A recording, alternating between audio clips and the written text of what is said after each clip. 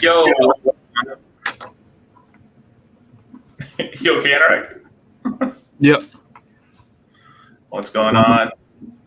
These fucking assholes. They're taking an over/under on like me being late to the show or not.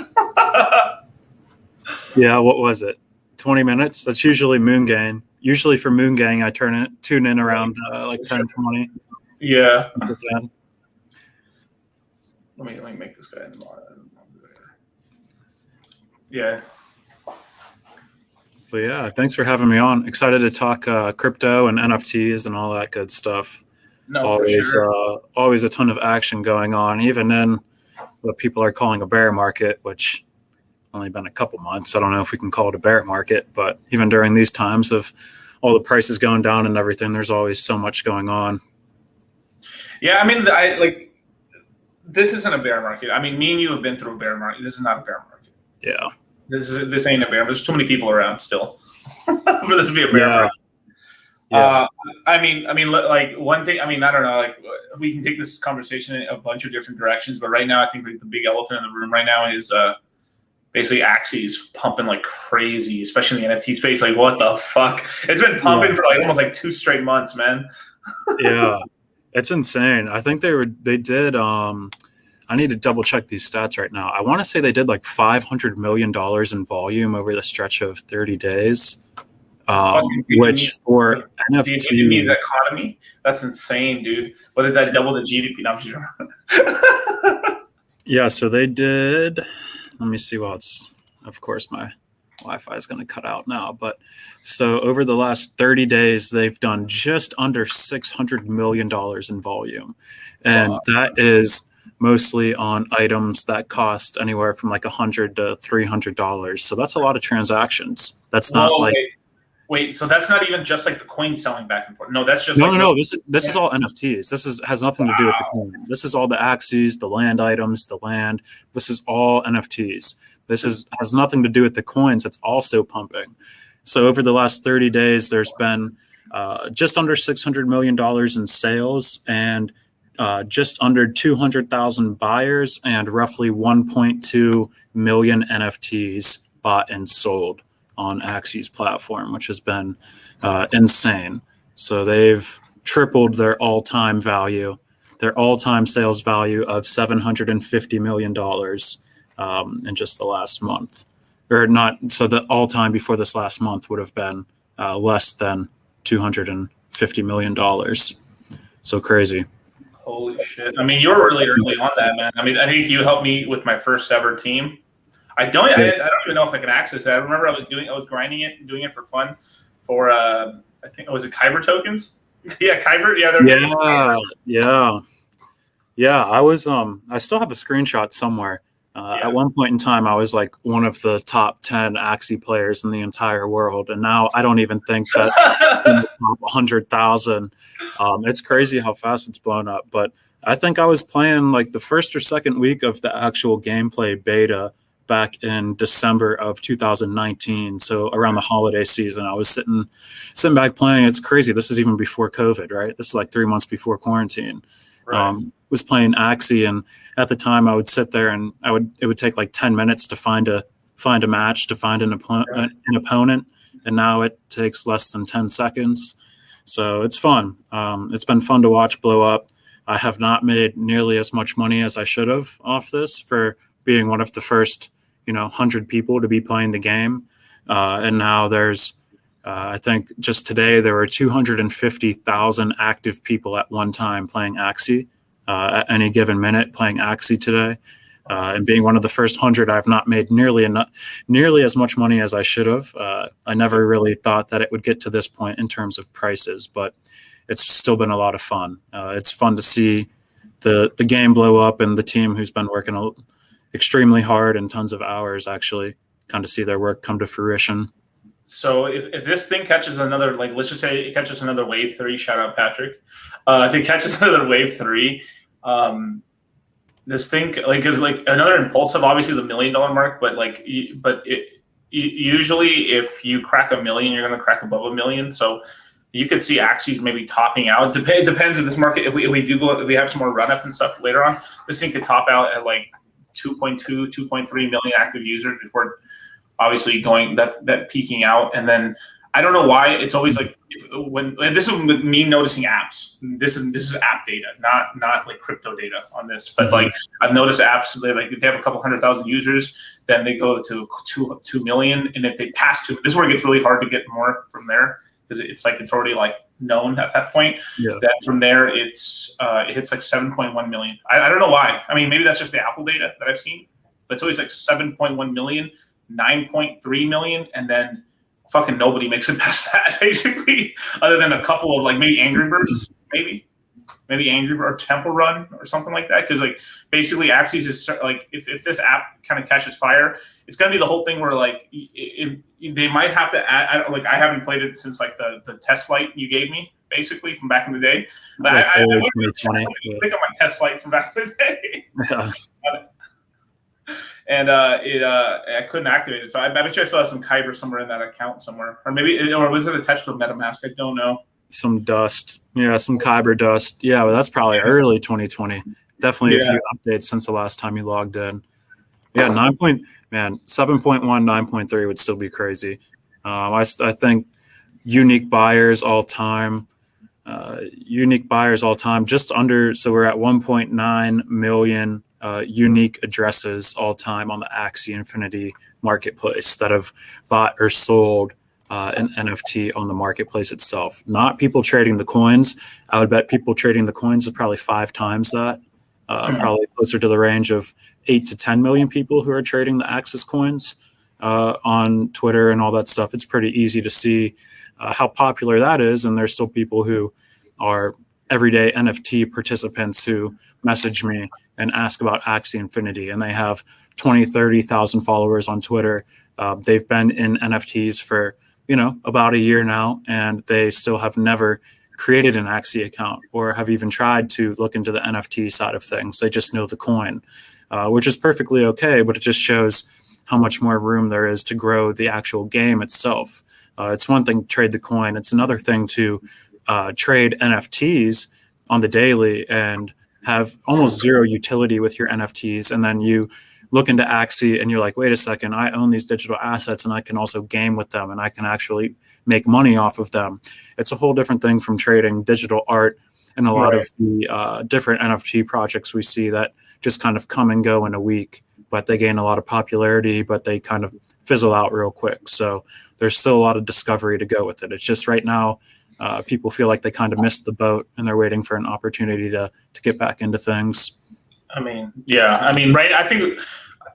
Okay, wait. Let me there's so many fucking ways I can take this. I love it. This is so interesting.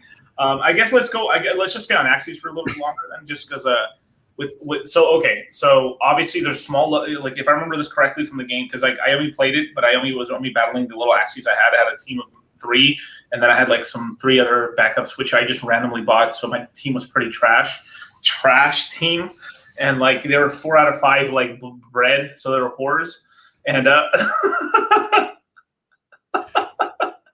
and so yeah, you know what I'm talking about. So can you explain to us like what are the uses for the small love potions, as well as like is there any use for the Axie token at all? Yeah, so just to break it down as simple as possible, the reason why Axie Infinity as a ecosystem is pumping and why it's gaining so much traction is due to the play to earn model of the game. So you play, you have these 3 NFTs. They kind of are, in the simplest forms, they're a Pokemon of sorts, right? So it's like this little digital pet, this little digital character that looks kind of like a Pokemon. It has different traits to it when you take it into battle, so attack, defense, all this sort of things. And then you take it into battle, and every time you win one of these matches, that takes only about 5 to 10 minutes per match, so it's real quick, in and out. Every time you win one of these matches, you get anywhere from 8 to 11 smooth love potions, the SLP coins. So every time you win one of these matches that takes maybe, let's say 7 minutes, you win 10 of these SLP coins. So now SLP way back in the day was less than a penny. So you're winning these matches You're getting these SLPs, and these SLPs are used to breed Axies. So each Axie, there you go. So these are the little characters. So if you want to create a new Axie character for yourself, you would do what's called breeding, and you would use the SLP coins. And the SLP coins are what you earn by playing, and then by breeding an Axie, you burn the SLP coins, you no longer have them, but you get this new Axie that's worth maybe way back in the day, it's $5 when SLP is worth less than a penny. And your gameplay really doesn't matter that much. You're doing it more so for fun, not for profit.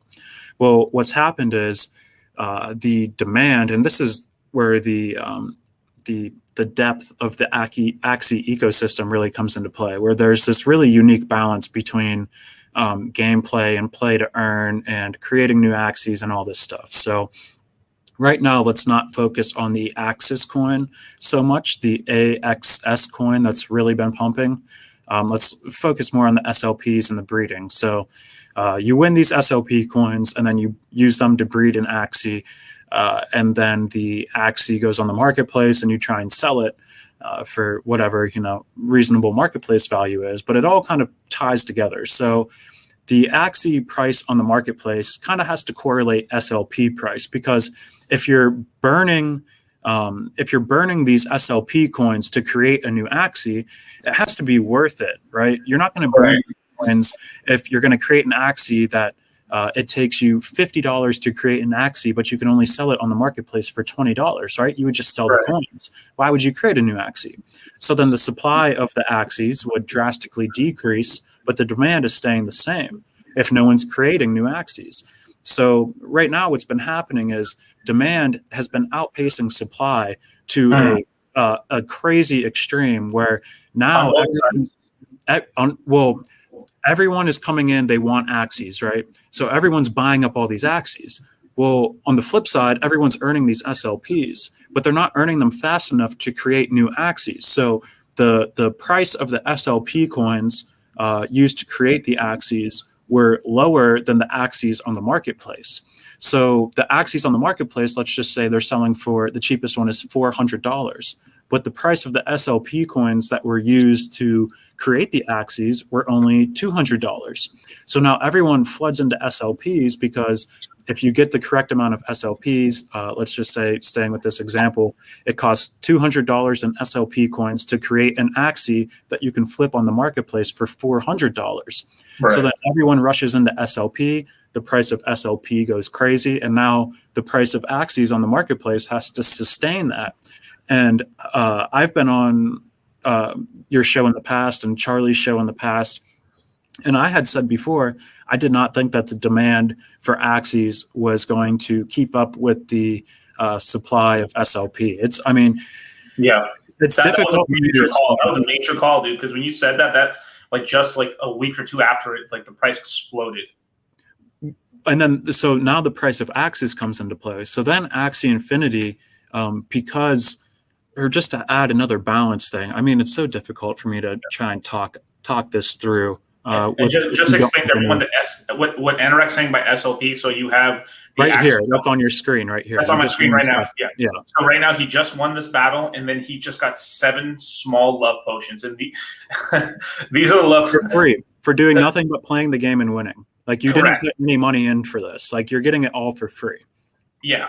Other than just starting your team off, then from there you can pretty much just start earning just about everything. Can you earn like the main token itself as well as a prize here and there? Not yet. There's going to be staking involved, and once they release land play, there will be ways to kind of mine it. But so anyway, then they introduce this Axis coin to breeding. So now this governance token for Axie.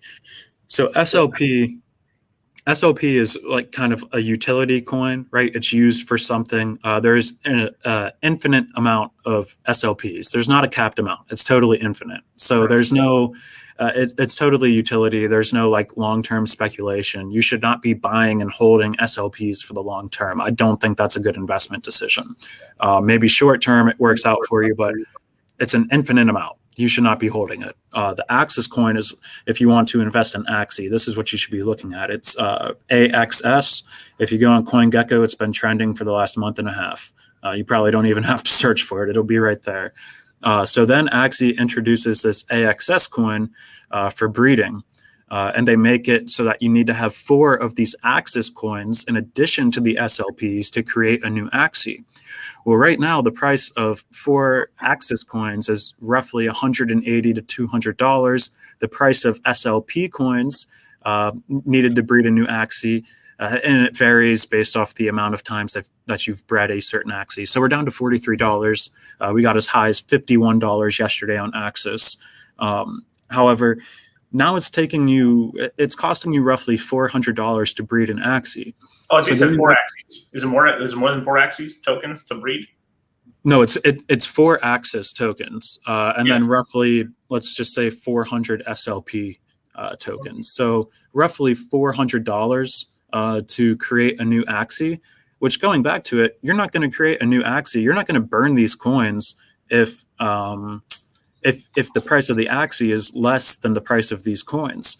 So it's this very unique, so 100. So we're at about $300. Sometimes the price of breeding an Axie, if you've bred it multiple times over, the maximum amount of times that you can create, that you can breed an Axie. So use one Axie to create an offspring, like a baby or whatever. The maximum times you can do that is 7. And once you get into like the 5 to 7 range, it'll cost you like 3,000 to 4,000 SLP coins to breed a new one, which no one really does right now. So is that only worth it when someone monopolizes? Because I've heard this is just hearsay. I'm more deferring to you on this. I've heard some people have done that sometimes, just because in Axie that's been monopolized, they have like a certain, because these Axies essentially have like 3 pieces on them, like 3 little, like either funky glasses or ears or wings that give them like special attacks, like Pokemon. And at least even back then when I was playing, me and you were talked about that people were essentially monopolizing and buying one type of Axie, like didn't matter what type it was, Frankie, a certain body part, right? Yeah. So that maybe is the only probably reason. Maybe if it has a super rare part or something that's like really in style now, because it's actually working really good on the ladder, I'm guessing. So there's a lot of that going on, but it's becoming more and more difficult to monopolize certain trades just because there's so much supply coming out. I mean, the Axie marketplace is selling like 50,000 Axies in a single day within 24 hours. They're selling like 50,000 Axies in a day. It's crazy. So the breeding is extremely difficult for me to talk through and try and explain. I mean, there's so many different little levels to it and different niches and everything. But here's what's really making. Oh, this is Bryson. If you want to learn more about Axie, you should definitely check him out. Bryson on Twitter. Let me try and pull up his handle. But anyway, the reason why Axie has been pumping like this is because of something called scholarships. So the guy you have up now, his name is Brycent, BRY, and then cent _. The reason why Axie's been pumping is because these things called scholarships. So if someone like myself has, let's say, 50 Axies at my disposal, I only really use 5 to play with, right? The other 40 to 45 are just sitting idle in my wallet. They're not collecting any income. They're not doing anything for me. They're just sitting there. What's happening is someone figured out how to set up these scholarship programs. So I can set up an Axie account for someone, and they only have access to the login information. They can't do anything with my Axies that require gas. So they can't transfer them. They can't sell them. All they can do is access the account and use them to play in the game with. They can't do anything malicious. So what's happening is people are setting up these accounts and sending basically a form of renting or loaning their Axies to people for a $0 entry cost. So now you're having these people from overseas. I mean, this game is blown up in the Philippines, in Southeastern Asia, Venezuela as well. Why am I not surprised the Philippines? So, sorry, I don't know why I laugh so much, but it's crazy. It's crazy. The creators of Axie, a few of them are from the Philippines or the Southeastern the Southeastern Asia area. But anyway, so now there's these things called scholarship programs. So all of these people are now getting into Axie for a $0 cost. And they're getting in and earning SLP coins under the play to earn model. And right now I have 4 or 5 scholars, 4 to 5 different scholarships right now, pretty small compared to some of the other people. And my scholars are making, just in the month of July, roughly each scholar made $900 just from play to earn. And they play video games for like 5 hours a day. They keep 65% of their earnings. And then as the scholarship manager, I keep 35% of their earnings, which is roughly the going rate. Some people are 50-50, others are 70-30. Right now I'm 65-35. So I try and stay competitive. Some level of caliber, basically. I try.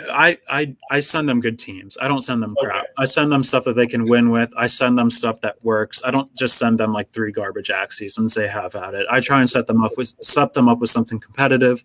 It helps them, but also, you know, they're playing to win. If they win games, it helps me as well. Right. So plus, it isn't like they're stealing it from you. They're just work. It's you know, in a way, this is sharecropping. This is sharecropping. Yeah, that's their fucking sharecropping, dude. It's just it's crazy yes, because yes, matched.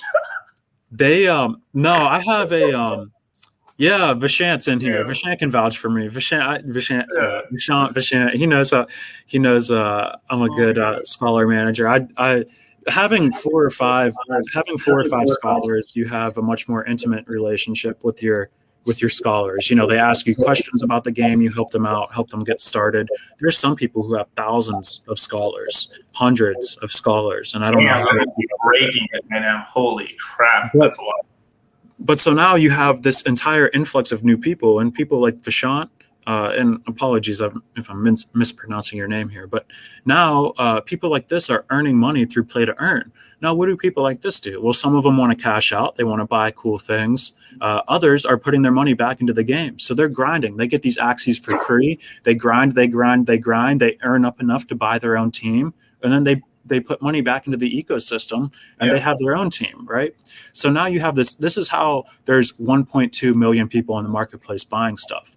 It's because there's all these people who are earning income for nothing. Like people like my scholars and all the other scholars, there's no membership fee. They don't have to pay me a fee to get involved. They don't have to put a down payment or collateral down for the Axies. They get into this with literally $0 down, and they're making $900 a month off playing a video game for maybe 5 hours a day.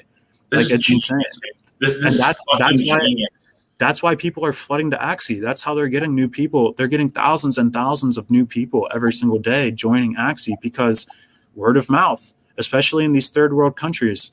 I mean, average did this. Like, literally, Pokemon could have done this, except they're fucking greedy fucks. They're greedy, and people, dude. Even people like Fortnite, the amount of money that you can make off just sales fee in a marketplace where people can buy and sell stuff among themselves is crazy. Oh, shout out to Cam. Yeah. It's Charlie to get a haircut. I was wondering that too, actually. I joined in. He was with John today on stream. I got mad. I got mad at Charlie today because I told him, like, bro, can you cut your hair like tomorrow? Not today. Like, I've been saying today for a while that I thought the price of ETH is going to start going up today. And if you got the haircut, I'm just saying, dude, I'm sorry. But the omen, that was Charlie, dude. I'm sorry. Forgive me. I told him not to cut his fucking hair until after EIP. You know, I said, just after EIP?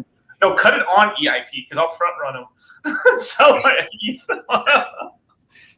but just to go back to the reading stuff for 1 second, because just so you guys understand, like each of these cards are essentially attack or defense or some sort of special ability, and each card represents actually a little piece on the body. So there's 1, 2, 3, 4. What did the character do this? Yeah, so it's always so it's mouth, forehead, back, and tail. Those are always 4 traits. So pumpkins, serious, cactus, hot butt. Oh my god, it is hot butt. Wow. Yeah, it's a good Axie. Yeah, that's a good Axie. I mean, that Axie right now in the marketplace is probably selling for $600. Shoo! And this is so December 2019 into like halfway into like closer like DeFi summer of 2020 when people started picking up on Axie. I would say, can Go you ahead, rug go your ahead. scholar? You could rug your scholar if you're a shithead, but you want people to keep earning for you, right? I mean, you want good scholars who are going to earn. I don't want to always have a revolving door, but you could rug your scholar, but eventually word's going to get out that you're a shithead. I don't know. Like we've had a Actually, do I vet my scholars? so some people in chat are actually interested to be one of your scholars. How does it work? It's tough. I have You fucking exit scam. Beautiful. Hey man, I'm trying to hustling out here for you guys, man. I'm trying to get you guys that income. Oh, shh, wait, Anorak's back. Hey, Anorak. I rugged you. I rugged my scholars. You guys started asking too tough of questions. No, You're hard. Basically, you have so much chicks and guys coming at you and stuff. I have so many people asking me about scholarships. It's insane. So you're Harvard. Literally, you're Harvard, right? You're a full ride scholarship right now, and you're over here vetting people. Essentially, like, okay, so you have a 4.0, right? But what else can you offer me? One leg on the fucking test. Were you in civics club? Have you ever done any community service? Yeah, no.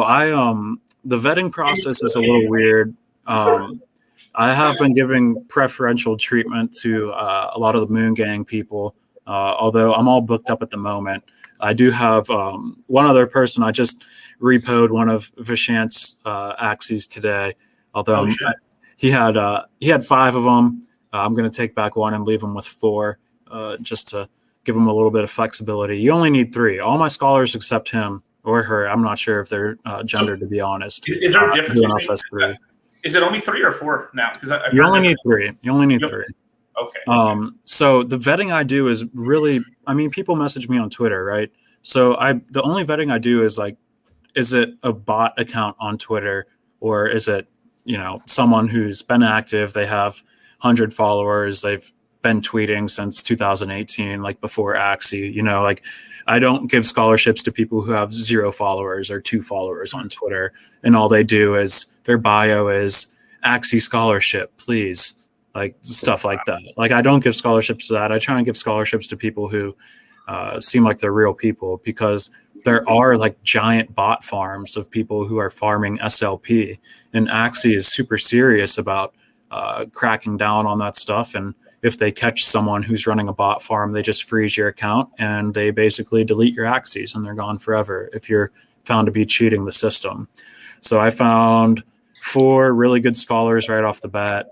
All of them have been awesome in terms of trustworthiness, and also meeting like all of the token requirements a day. You got to be earning a certain amount to maintain a scholarship. You got to be doing following like the rules of Axie and all this stuff when it comes to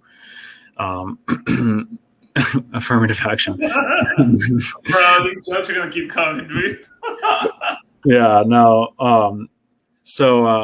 You just why is every person you give a scholarship to Asian? Why aren't the other minorities? Because Asians work the hardest, let me tell you. What? How could you say that? Listen, I have 1 scholar from the Philippines, and actually one of my scholars asked me, do you have any other scholars from the Philippines? It's like, I honestly have no idea. I don't know where they're from. All I know is I gave scholarships to 4 people right off the bat. They've all been amazing. I have had 0 issues. They all fulfill their daily requirements. Most of the people go over it.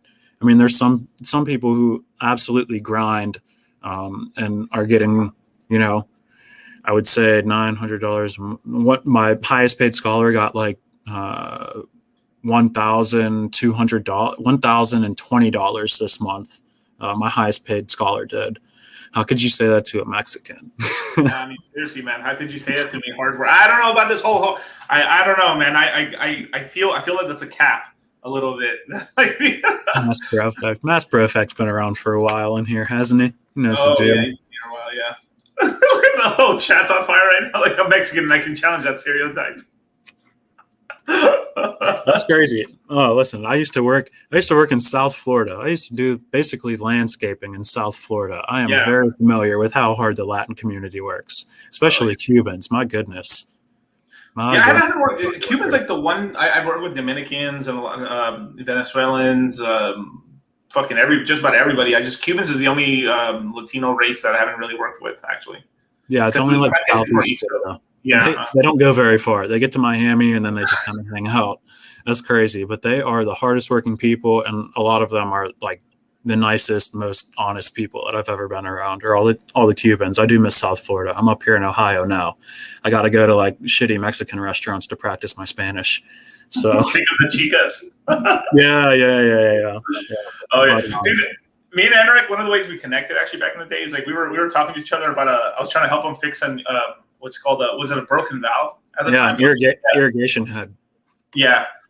As back in the olden days, I had an irrigation business. I still do. My brothers are running it now, but I replace a lot of irrigations for golf courses, residential properties, pasture fields. Pasture fields is actually pretty huge one. People never think about that, but like those places, a lot of people have like, horses they want to be wild fed, or like they have chickens or something, and they just spread seed everywhere, and they just have these giant fucking cannons, and we just go.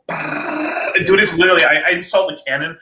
I think I showed Anorak one time. It was bigger than my whole fucking arm. It was like this. Like this is like the small base of it, and then the arm was like this big, dude. I was shooting water out like I don't know, maybe like 400 feet.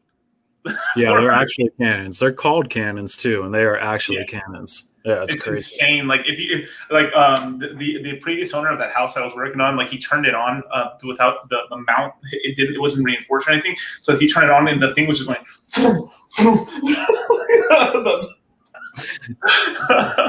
Yeah, we had to put a whole fucking what was it, brass? We had to put like a whole brass outlining of it and stuff to make sure that it didn't move, and then we had to put it in cement and everything. It was like pretty hardcore, actually. That's awesome. I'm reading some of the chat right now. We got someone in here from Hialeah. Hialeah, that's the South Florida.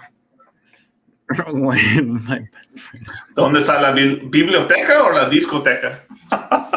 Biblioteca. I don't know how to read. Discoteca is supposed to be like the CD store, I think, if I remember right. Biblioteca is That's library. It's a library, right? Yeah. Come on now. Everyone in here is talking shit on me. There's a lot of Mexicans out here. Holy fuck. With all these names like Henry and Kyle and Abram. And I'm just trying to. Henry. Love that. Hardscape sucks. Yeah. No, it's good work. But that's why you can make money. You do stuff that nobody wants to do. You make money because the competition's low. Yeah. You can start charging quite a lot. Seriously, you can earn a lot of money. In certain jobs and stuff, you can earn more than plumbers. Like if you're a lot of people don't think that's actually like anything like legitimate. Dude, plumbers make more than fucking cops. Make more than just about everything. Like it's insane. Plumbers on average, if you own your own business, right? If you work for somebody else, you make like starting between $35 to $70 an hour, somewhere in that range as a plumber. But if you work for yourself, and of course you have to get your own jobs and all that jazz and stuff, which can take a while. But you're earning like $120, $150 an hour. Yeah. Seriously. Well, at least here in Cali. I'm not saying other places, but still, even in other places, it's still like pretty good living, pretty good money. And most of the times, most of these fucking guys, like they work one job in the morning and then go off and just go to the gym. Like I've met some really lazy ass plumbers, but it's like this whole thing where like they're like mid-maxing like lifestyle at that point. They're like, okay, I don't want to like. I've tried to like go over like stress themselves out with like all these jobs, and they just said, you know what, I'd rather stay at like this level here. And then like free up the rest of my time, because like all you got to do is like for them. I mean, like talk to some of my buddies. They're like, yeah, Miguel, if I can make like I don't know $400 in profit in the day, then I just take the rest of the day off and go have fun. I feel on that. Yeah. Can't blame them. Mm-hmm. Yeah. All the guys know. What's up, Motley? What's going on? Fucking Motley, man. Fuck out of here. Like, I'm half Mexican since I'm a Hexican. Half Mexican since I'm a Hexican. Oh yeah, I'm in the pipeline business as well. I'm very familiar with it. Yeah, me too. Yo, what's up, Hex Farmer? Welcome, man. Be sure to hit the like button. Everyone, hit the fucking like button. Let's get more people watching right now. We're dropping NFT knowledge right now. Oh yeah, all on Axie. Man, there's so much. I almost sometimes like hate what the NFT space has become recently because there's so much bullshit. Like there's so much just crap on Twitter and a lot of the other stuff that's getting attention that I don't feel should be. But Axie is one of the projects that has been a blue chip in the space for the last 3 years now, and it's been a lot of fun and super. I don't know what the word is for it, but it's just nice to see like the community that stuck with it, how much money they've been making, and the team that's like been grinding like through an actual bear market. Like you want to see bear market like 2018, 2019, literally nothing going on in terms of price, even through 20 that like this lasted until like what, like end of Q1 of 2020, Q2 of 2020, the bear market from 2017. Like Yeah, it was the full 3-year bear market.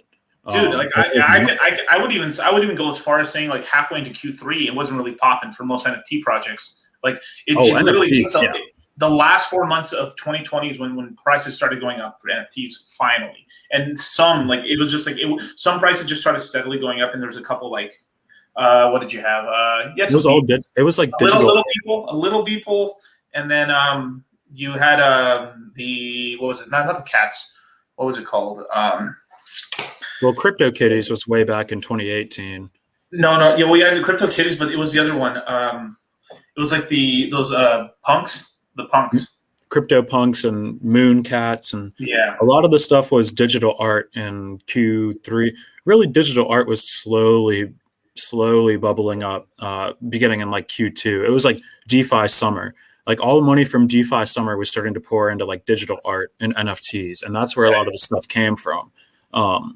But really, like NFTs never really had a bear market. It was always just people building, and Axie was one of the projects that was just like, fuck it, like we're just going to build. We're building the entire time. Who cares about price? Who cares about users? They're going to come eventually. No one's ready for this. We're just going to build everything. And now they're 3 years ahead of everyone. Now everyone's going to be playing catch up. But like honestly, like if you think you missed the boat on this NFT stuff, like you are sadly mistaken. There is going to be so much cool stuff that comes from like just Axie Infinity alone. I guarantee you there's tens, if not hundreds of people that have now been inspired by Axie that are going to start making games. And, there's probably only going to be 3 of them that are worthwhile playing, but it's 3 more that we would have without Axie. And, we'll have 50, we'll have 75 before we dwindle it down to that 3. But I mean, there's going to be so much cool stuff when it comes to NFT gaming and blockchain-based gaming that we're so far behind. All the other bullcrap NFT stuff, the digital art, the little collectibles and stuff, that's fun. But blockchain-based gaming is probably going to be the like one of the titans of the industry in the next few years. I will say this though, this is full Surgeon General's warning. I don't recommend buying Axie token right now. This is something me and Anorak are talking about in the green room right now. It has gone up too fast recently. I would only consider it after it's gone down a good chunk. I mean, what would you think is fair for it? Like, where you'd start accumulating the token again? Oh man, because it's at I can pull up the price. $20 range. Like I've been taking profits since like $22 is when I started selling. I started out with a couple thousand tokens. So this is SLP. Axis bought a little bit when it was like $1, right around $1, and then I bought a bigger bag when it was like $4. That was kind of like the last price I entered in at. So yeah, it was like $43 right now. Got all the way up to 51. I mean, look at that shit. That's crazy. Oh yeah. So a month ago it started at $4. Fuck, man. It's 10x in a month. Yeah. What is it, Hex? What the fuck's it thinking? Dude, right? Yeah. And thankfully those are my 2 biggest positions right now are Hex and Axis. Oh fuck yeah! I know. I know. Dude, just makes it rain over there, bro. Dude, like, everyone was going through a bear market. It was like bear market trying to find it. Yeah, I know.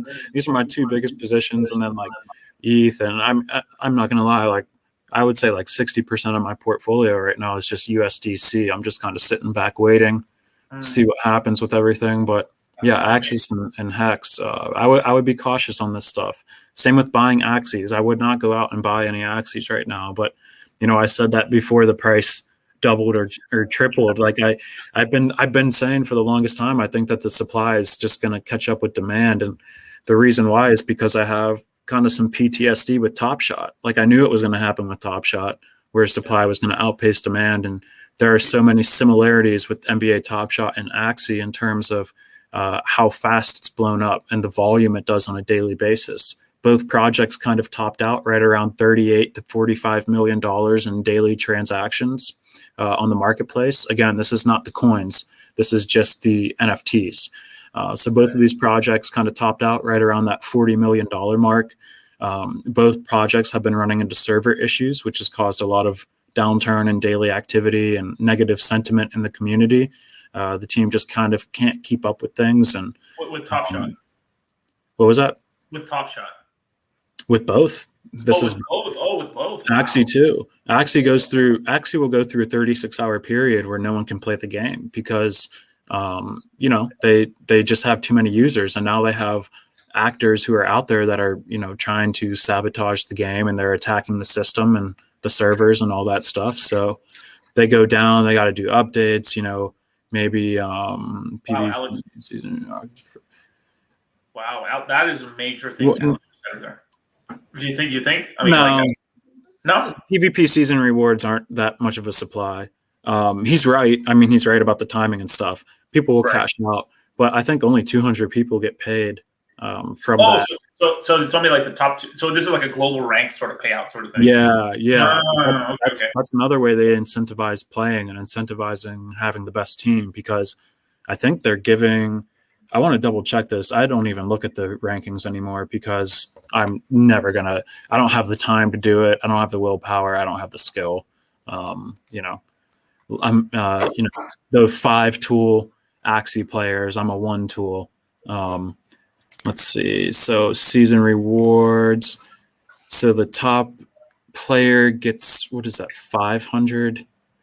So the top player gets, the number one player in the season reward gets 500 Axis coins. It's not a lot. I mean, it's a lot, but not Dude, really. That's a lot. That's a lot of money. Is it? I don't know. I'm sorry, man. I don't know, man. It's like, no, that's a lot of money, dude. That's like $15,000 right now. I know, but it's like, this is what I hate. Okay, how would you say 500? 500 Axis coins. $21,000. Okay, that's yeah. Dude, that's a lot of fucking money for playing a game. Yeah, but you're number one in the fucking world, and you're competing against like soon enough Koreans and stuff. Like that should be like $250,000 or something for that. Like event. I mean, I don't know. I mean, I'm just like, it's just like my perception of sort of money's being a little skewed a little bit because. It's incredibly skewed. One of my best friends today just sold an NFT for like $75. It was his first NFT sale. I sent him a bunch of stuff on OpenSea. He sold them for $75. He was pumped. Like, this dude works not minimum wage, but he works an hourly job. He probably gets paid like $12 an hour. Oh my god! Yeah, works at the post office and just works his tail off. And he's a blue collar worker and earns his money. And he sold something for $75 and was pumped. And to me, that's kind of a gas fee. But a year and a half ago, that would have been a lot of money to me too. And it's really tough it's really easy to kind of shrug that stuff off. But $20,000 for being the best at a game over the stretch of a month. I was making for the last, before I got into NFTs, from 2015 to 2020, I was making $28,000 a year, and I'm living in South Florida. Like, and someone can make that by playing a video game and being the best for a month. Like, you're probably putting yourself through. You feel bad. I'm sorry. Stress. No, you're fine. Hey, listen. Stop hitting me. Anorak, stop. Anorak. I prefaced it with making fun of my friend at the post office. You're good. No, it's easy to lose sight of things like that. Just like there is a stoner cat drop with Ashton Kutcher and Mila Kunis and that thing that went on, which we can get into that too. So we're not too Axie focused right now, but there were people that lost. So in total, there was 300 Ethereum that were lost in failed transactions trying to buy these NFTs within a 30-minute time period. 300 Ethereum. And apparently they could have done something. I'm no tech guy. I am, when it comes to the NFT and crypto space, I'm probably the bottom tier when it comes to understanding the technology behind what I'm using. I understand why it's good. I don't understand how it works. I can't build a smart contract or deploy anything like that. Apparently it could have been fixed, but there was people who were trying to buy this as their first NFT, and they're losing. Some people are complaining about losing $50 to $100 in Ethereum for failed transactions. They just don't understand what they're using. And, gas fees are, last time I checked, I believe they're a tax write-off. I think they're tax deductible. Gas fees are. So go ahead and, silver lining to all that stuff. But there are people who are trying to put transactions through with like an entire Ethereum and it fails. And now you just lose $2,300 trying to buy an NFT that cost you less than half that.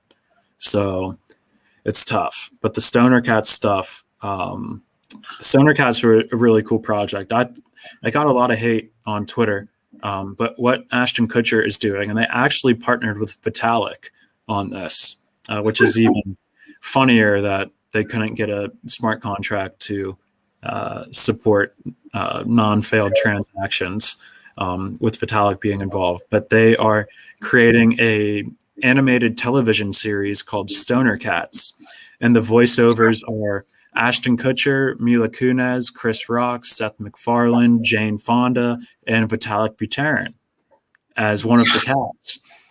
He's doing a voiceover in an animated series. Oh my fucking God. And what they did to bypass all of the studios in Hollywood and the censorship that comes along with that, by now, if you live in the States or if you live in some of these Western societies where you're kind of tuned into what's going on with a lot of like the cancel culture or woke type stuff going on, you've been privy to the gatekeepers of Hollywood, the Harvey Weinstein case, people who actively either tried to suppress certain actresses and actors in Hollywood or try and promote certain actresses and projects and actors in Hollywood based off their own personal gain. In the case of Harvey Weinstein, it was based off sexual motives, but for other people, it's based off a political agenda, trying to line their own pockets. So there's a lot of bias that takes place in Hollywood when you're trying to get a movie production or a television series greenlit. There was a great podcast on the Joe Rogan show the other day with Quentin Tarantino, where he shed a lot of light on this. And Quentin Tarantino was in that Harvey Weinstein circle back in the 80s and 90s, and even early 2000s. So anyway, what Ashton Kutcher and Mila Kunis are trying to do is bypass this entire shady, sketchy industry, so they don't have to go to studios to get funding. They were worried about censorship for their animated series because there was a lot of drug usage involved. The name of the show is Stoner Cats. There's probably not going to be any studio heads to pick that up. You're not going to get that on Netflix. So you have no funding for it. So what they did was release NFTs that get you a lot of benefits. It unlocks exclusive access to the episodes. So if you don't have an NFT, you won't be able to view all the episodes. And they generated $10 million in funding through the sale of these NFTs. And it got a lot of hate on Twitter because people were calling it a cash grab. They're saying, well, these people are worth hundreds of millions of dollars. They can fund the TV show themselves. Why do they have to do this? They can fund it themselves. But that's not the point of it. The point is to prove to people in the future that you can do it like this. Like they're literally, in a sense, like trailblazing, pun intended, Stoner Cats. They're trailblazing an entire new method of crowdfunding through like an audience. So now instead of buying a Netflix membership to watch one of your favorite shows, you can buy an NFT for it. So it was a cool experiment. Who knows if it has any legs to it, but I thought it was an interesting way to release a show. And you have to kind of understand what they're trying to do here. They're not just trying to steal $10 million and run away from everyone. Like they're actually, they have people to pay. Like I'm sure Seth MacFarlane and Chris Rock aren't doing this because they're friends. I'm sure they're making $300,000 to $200,000 to do this stuff. And then you're paying the artists, you're paying the people who are doing the production and the writers, and there's, the cast of Friends to produce a single episode of Friends, and their final season was $10 million for a single episode. Yeah. So and you'll be surprised how 300,000 is really not that much money. Like, especially for these type of people, because of the staff and the kinds of, for these type of people, it's crazy to think about that. But like, once you get used to making a lot of money, like you have something called lifestyle inflation, and regardless at whatever level, like some people can like get zened and something like that, and like try not to do it for a long time, but eventually it does. You will creep up, and then typically, if you're the type of person that controls costs, usually when you have your family, that's what does it. It just shoots you up like to craziness, because you're just trying to get everything, the best stuff, best food and everything. Like, it's, I don't know. Like, it's just, I guess it's different for everybody, but basically anyone who is making that type of money, you will start spending more money regardless, or have more costs or stuff, or baby mamas, or, or sugar daddy, or salt daddy, or whatever the fuck everyone's doing out here in these streets. Yeah, no, you're right about that. But, also, Seth MacFarlane has the relationship with Mila Kunis from Family Guy. I'm sure there's ties with Chris Rock somewhere there. So it might not be that much money. Maybe they're kind of taking like a friends and family discount to an extent there. But no, it was a cool thing that they did. I bought one of the NFTs. I wasn't going to go all in, and I didn't think it was a chance to really flip stuff. But they were randomly generated. You had an equal or a fair chance to get, one of the cat. They all have like different traits and stuff.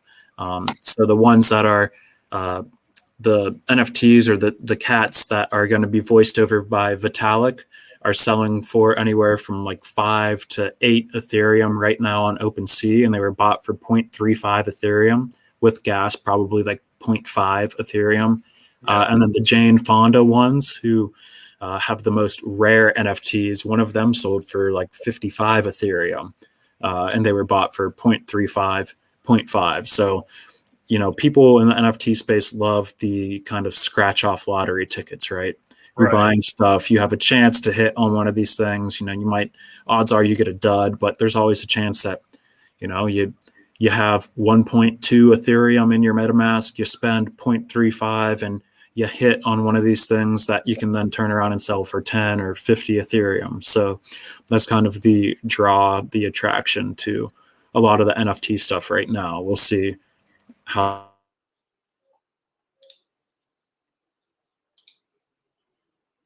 Oh, well, I guess he froze. Oh no.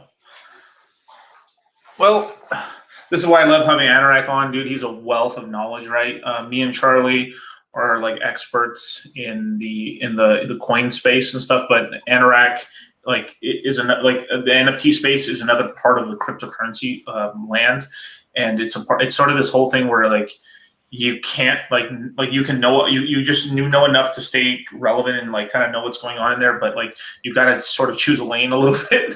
So what's up, Anorak? There we go. Yeah, you're kind of lagging there for a second. I just restarted my cam. Oh, I got you. But yeah, it's you got to pick a lane.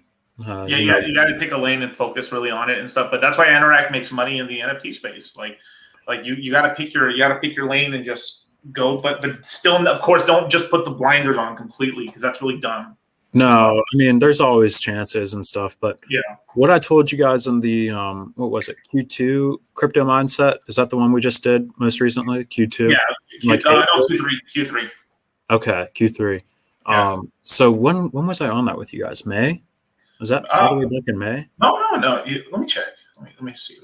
But anyway, I had told you guys, I was like, listen, NFTs are tough. Like, it's tough to get in and out of the NFT space when you don't know what you're doing. You really have to expose yourself to a project, find something you like, and just kind of work your way through it. You can't just jump into the space and make a bunch of money. It's not going to happen like that unless you get extremely lucky on one of those like random mints. But what I told you guys during these courses, these mindset courses that DCC and Charlie are so kind to invite me on to speak to you all. What I was telling you guys is, even if you're not comfortable buying the NFTs, like look into a lot of these coins that are associated with the projects. And I told you guys about the Axie coin, and May or whenever it was $3 to $5 a piece for the coins, was Right. that if you guys want to get into Axie, but you don't know what you're doing, maybe don't buy the Axies, especially if you don't really care to play the game, but look into the coins. Like there's coins associated with these projects where if you find a project that looks cool, but you don't really care to get deep down into like actually like playing, like same with Decentraland. You know, why would you buy a piece of land in Decentraland if you're not going to do anything with it, right? If you're going to buy a virtual piece of land in the metaverse and you have no plans of building on it or renting it out or anything like that, there's no reason that you should buy one of those multi-$1,000 pieces of land. But if you want to get involved in the project, there's coins that are associated with these things.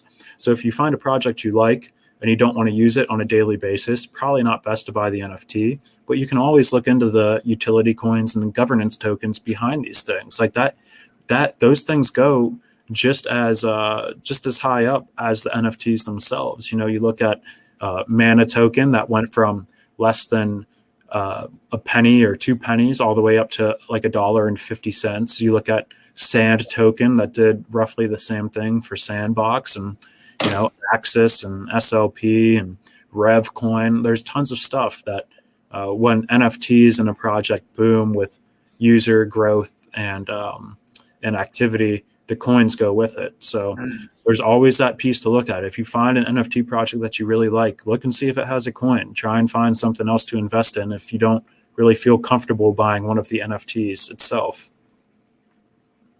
No, definitely. And I mean, if you guys had been in the course and stuff, you guys would have known about the fucking crazy ass play Anorak told you about, which is like SLP tokens. Because like, oh man, those things skyrocketed, man. Holy crap. That's insane. Yeah, it's you know what I found? I'm not sure if this is the right quote, like Occam's razor or whatever. Basically, my version of it is basically like the laziest way to invest into a project is usually the way you're gonna make the most money, because everyone else is lazy. And so, like, because I had at one point how many millions? I had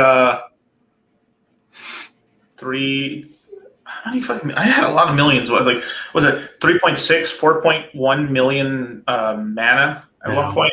Like crazy. I had a stupid amount of mana. I threw in heavy, bro. I threw in heavy, and then you know, and some of that money was from selling Cardano, like 300,000 Cardano for mana, which at the time was like 2.93 cents and stuff. Yeah. So yeah, it's like oof.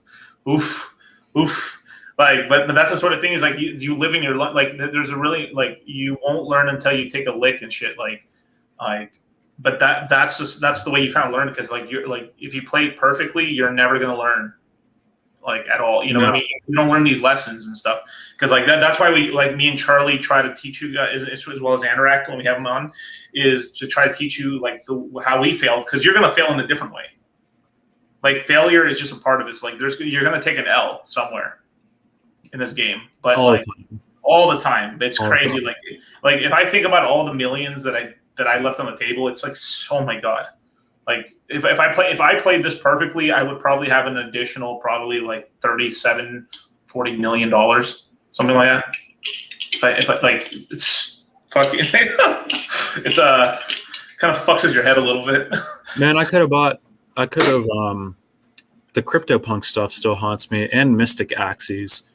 Which were both around the same price, but I could have bought CryptoPunks for like $300, $400, and around this time last year, and now the cheapest one is $44,000, $46,000, and I never pulled the trigger on them. I always thought every step along the way they just seemed like they were too expensive. I just felt like, you know, it was there was too much stuff around the project I didn't like, but you know, I could have bought 5 of them and for $1,000, and right now I'll be sitting on, you know, $280,000, upwards of $500,000, depending on which ones I bought. So It's tough. Mystic Axies the same way. I could have bought Mystic Axies. I could have been breeding Mystic Axies and actually been doing stuff with them all the way back. And well, I don't know. I think they would have been considered Origin, but the ones with the Christmas parts, I was around for the time when they were doing Christmas breeding, and now they're these super rare, super unique pieces, and I could have bred for them, and yeah, my brain isn't smooth. Yeah, Yeah, it's, same. it's yeah, multiple IPAs a day. Oh my god, man. No, but I like feel I've like been doing that. You just take L's all the time, man. You just need a couple big wins and set yourself up. my biggest W was like not being stupid enough to like I staked all my fucking hex out, man. I staked it out because I believed in hex. I believed in Celsius. Any coin that I really believed in, I made a lot of money on. Basically, it's like the whole tiptoeing around and shit. Like, you know. I'm gonna try and find this picture. I might have it saved in my tweet. I had a picture and I circled a hex chart, a hex price chart. Let me try and find this. I'm gonna send this over to you.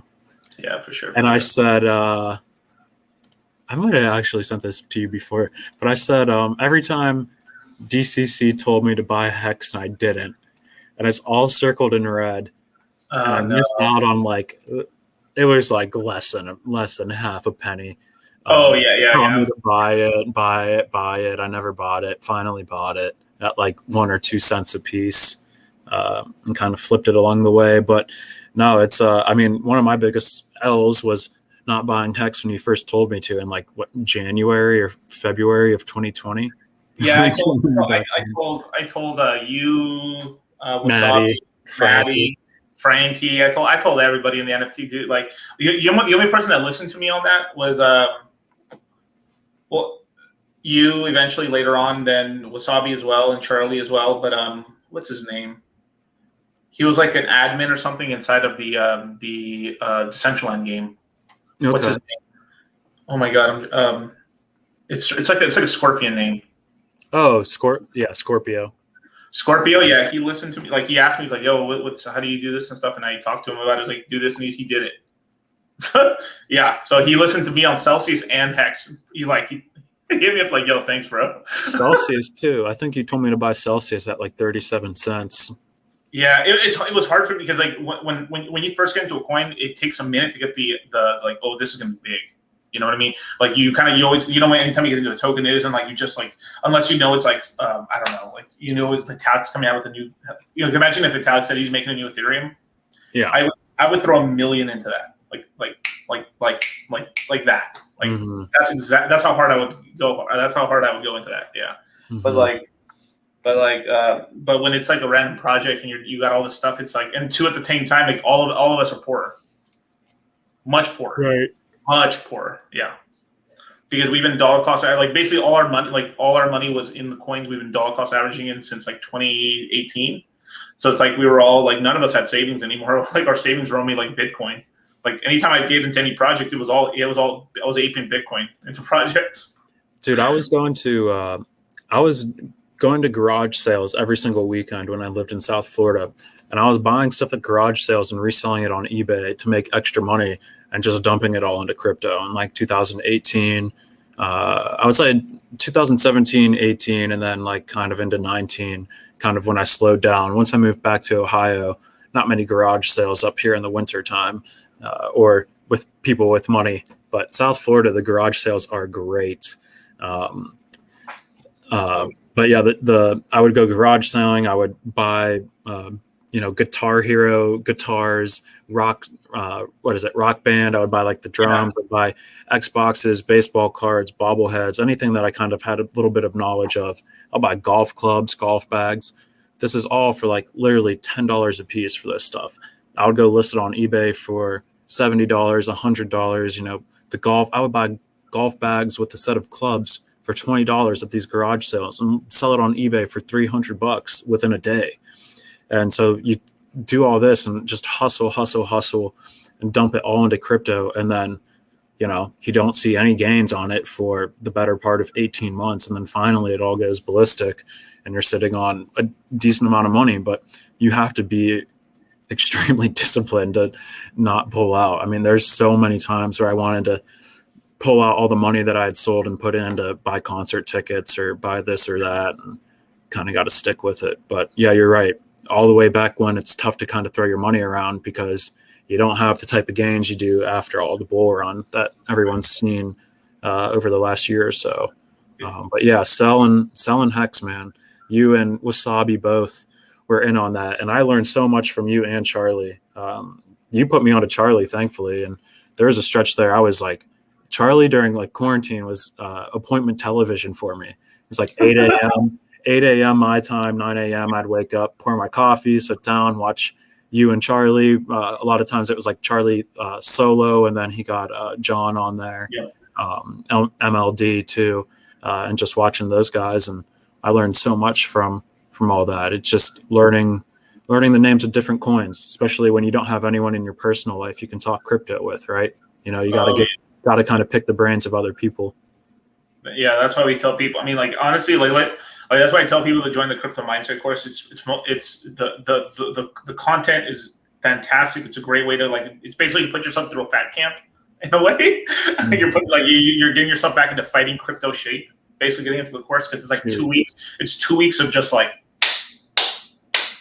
just craziness in terms of like studying, and then afterwards, right? It's the community of people in there that like.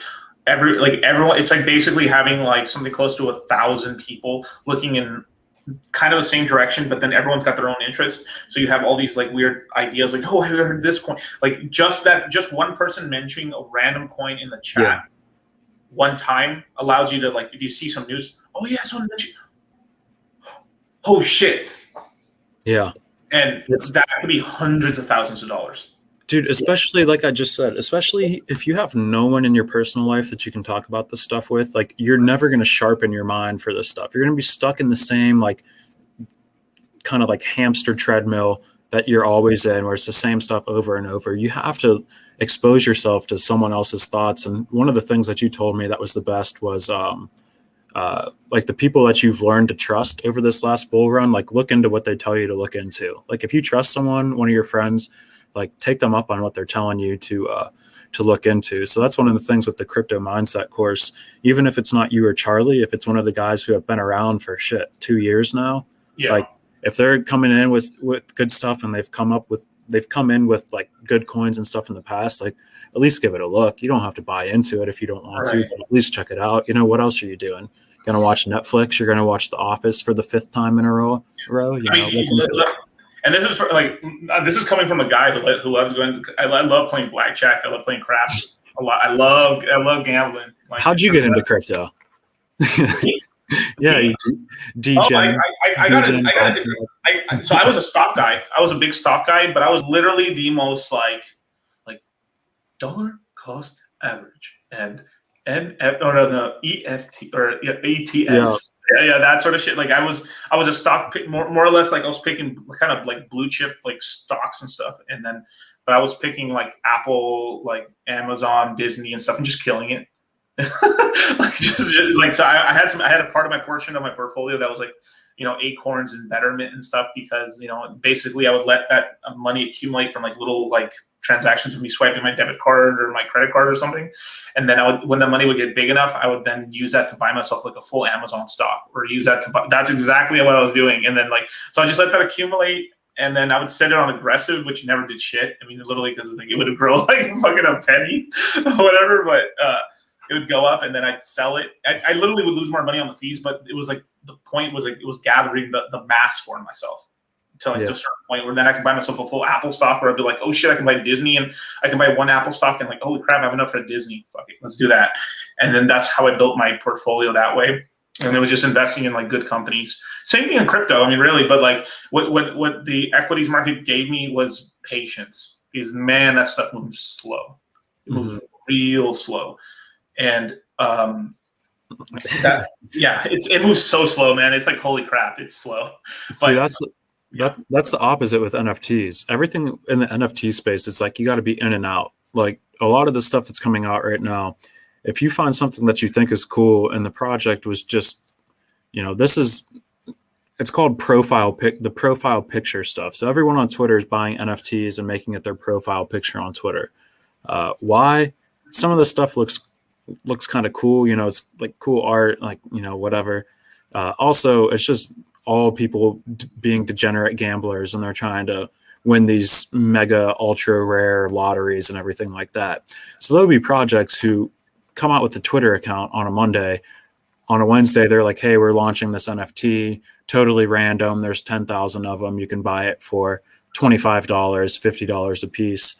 Everyone's all in on it. Everyone buys all this stuff. They're trying to get the ultra mega rare version of this project.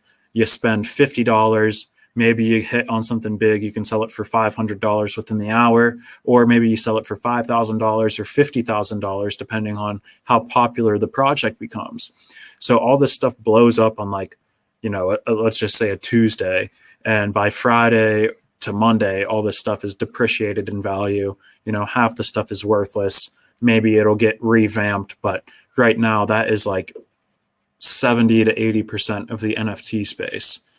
Is this stuff that you got to get in and out of. It's not so much patient based. It's take your shots when you can get them, get in and out of stuff, take profits, don't get left holding the bag. It's just one giant game of hot potatoes. So everything you preach about the DCC stuff is 100% accurate. But when it comes to NFT, it is a little bit of the Wild West. It definitely is. So this is the thing why, like, I go to Anorak when I have NFT questions. I seriously do. Like, I can sort of tell if something's going to be. I can get a sort of a sense for like, oh wow, this is like, it's interested in me. Like Top Shot interested in me, but my head was in the courses during the time, as well as, it's a lot of responsibility to take over to like be kind of watching over like that much people basically. So it's. Yeah, but it's a sort of thing where, like, with Anorak and stuff, like, if Anorak tells me something, like, I bought actually, Blancos, yeah, dude, that's gonna be a hit. I bought some. They're gonna blow up. They're a little bit ahead of their time right now. They're not fully on chain with their marketplace. They just need probably another half a year or so. Right now, they're only available on PCs. So once they get Mac and Apple involved and everything, but that game is so fun. They need a mobile because, man, I have that's why Axie's huge, man. Mobile. Yeah, I have a fucking crazy ass computer. This is also the problem I said with like Decentraland. Yeah, I said this forever. It's mobile. No one respects mobile, and like I remember how when you told me, wait, they have a mobile app for Axies? Yeah, let me get you on the test flight. I was like, holy crap, this shit's crazy. But yeah. The reason I lost interest is because how much time it would take to like for me. That's the problem. So I should have like remembered, Miguel, find the lazy man route. Like literally, like there's this famous quote. I think was it Bill Gates or something. So I find the laziest person to do the hardest job or something like this. He'll find the easiest way to do it. Oh, okay. Yeah, it's like find a real, like, give the hardest job to the laziest person. He'll find the easiest way to do it. I like it. That's so funny. Hardest job. But yeah, that's you're right. The gameplay and stuff is kind of grueling. The Axie stuff, but yeah, it's totally different. Dollar cost averaging stuff doesn't necessarily translate to the NFT space. You got to find your blue chips, buy and hold those. But if you're looking to kind of come by and try and hit on some crazy gains, you got to get in and out on stuff. And it's becoming more and more difficult to try and identify winners. It was pretty easy this time last year. There wasn't much going on. Now there's tons of bullshit to sift through. And if you are someone who's looking into getting into the NFT stuff, you got to look for something that interests you.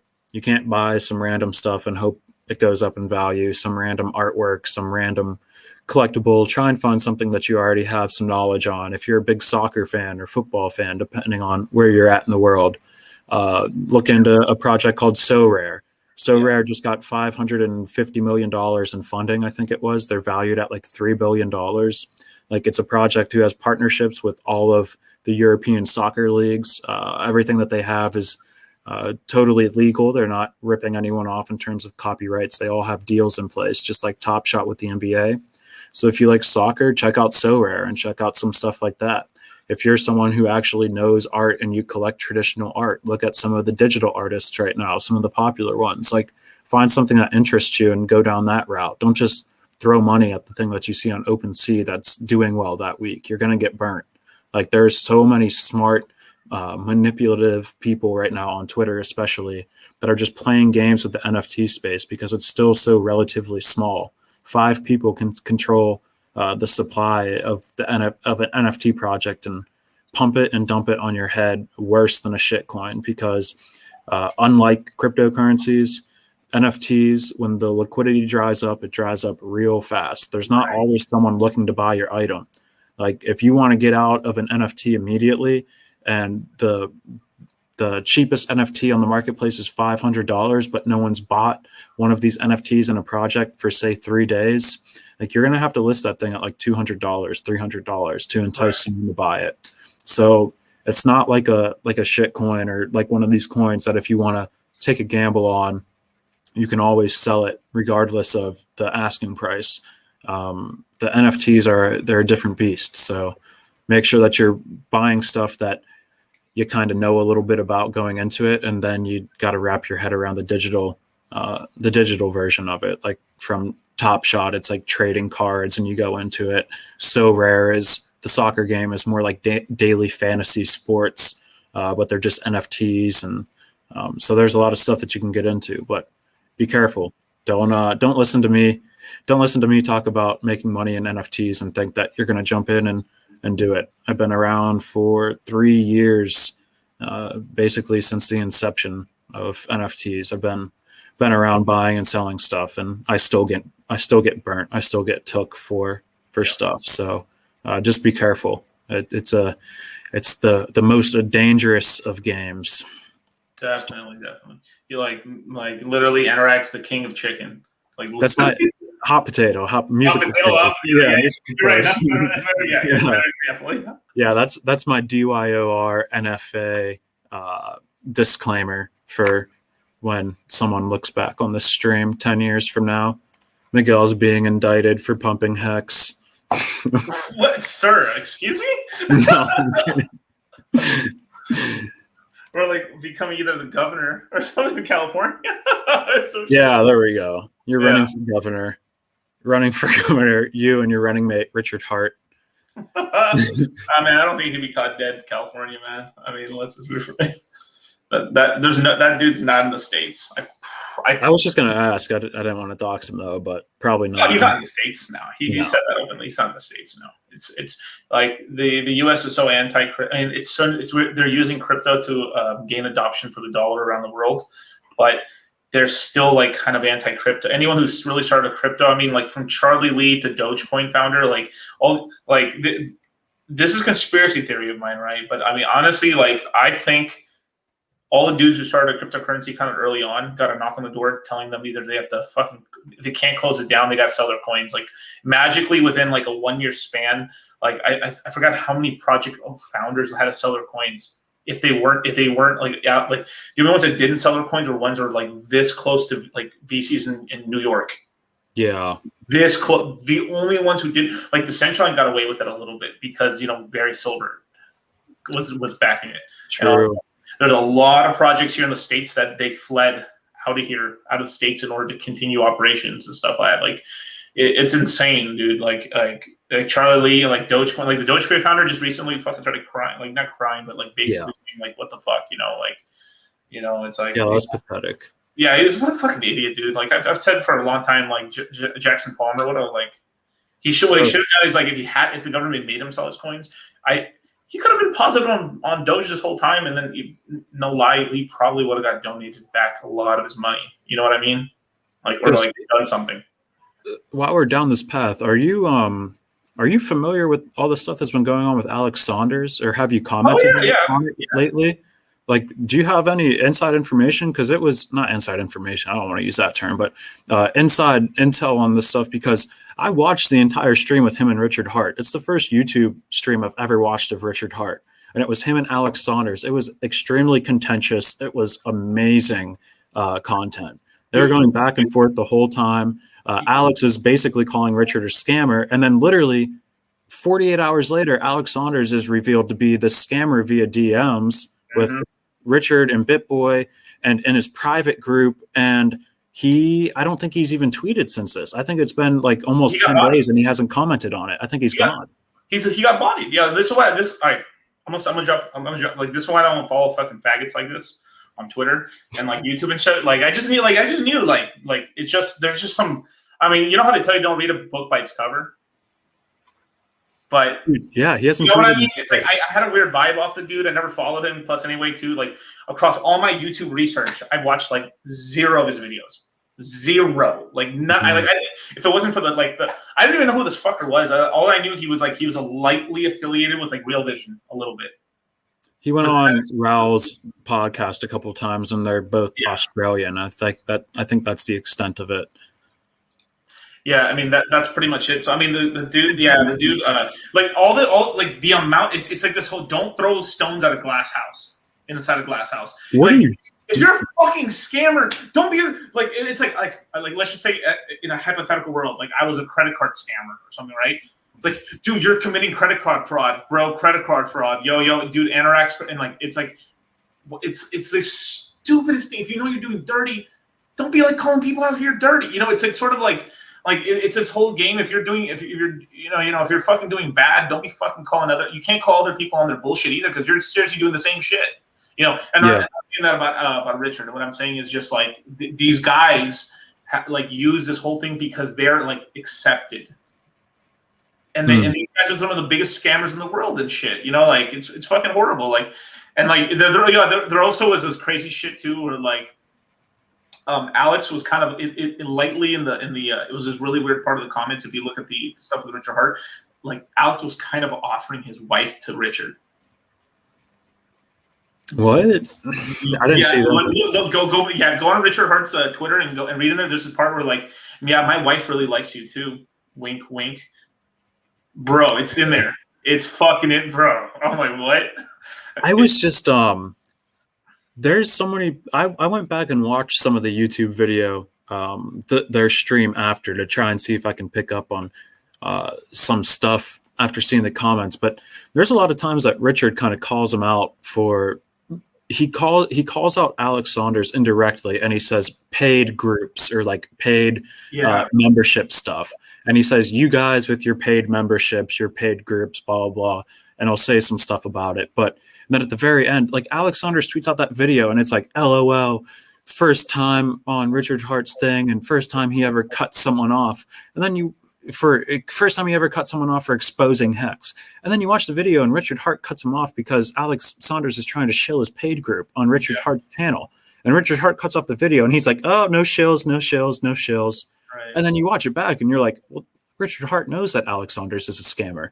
No wonder he's not letting him shill on his channel, which anyone shouldn't be allowed to shill. But like Alex Saunders tweets this whole thing trying to make Richard Hart look like a bad guy for ending the stream, and then you go and actually watch the stream, and Alex Saunders is trying to tell people where they can buy his membership, and Richard Hart wasn't having any of it, and that's when he cut the stream off.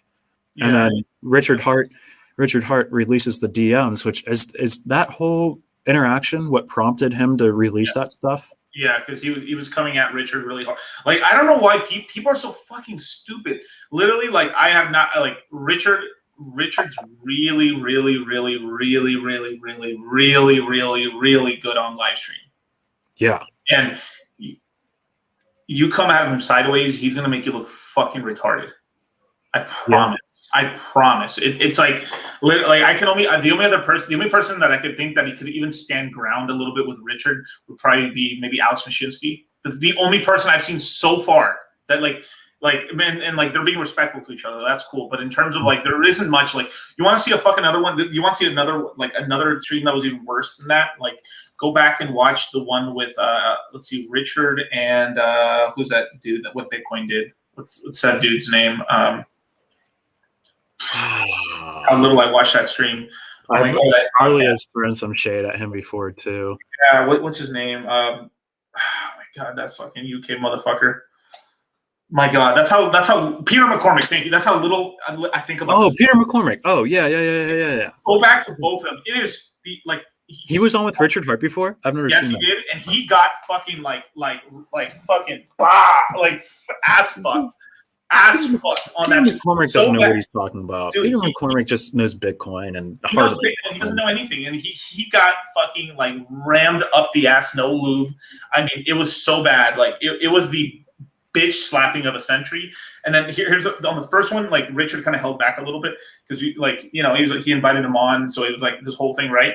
Then the dude somehow gets the link. So he's in an interview with somebody else, and Peter McCormick comes into the interview on a second time, and then Richard fucking destroys him, and then Peter McCormick just starts acting like a crazy person. You're a scammer. You're a scammer. He just starts fucking like, no, he goes psycho. It was so bad that he stopped podcasting for about a month or two. Completely. He embarrassed himself so it was so bad that everybody, even his friends, were like, yo, dude, bro, you looked crazy on that stream. Like literally, Peter McCormick embarrassed himself on that stream. It was that bad. Was this like February, like Q1? Yeah, before the Ports launch. Yeah, I think. Let me think. Maybe a little. It could have been. I can't remember exactly. Maybe the first one was before Big Payday, but the second one was a little after. I think Big Payday or something. Dude, it was bad. like anyone who's come on negatively, like they just get destroyed basically by Richard.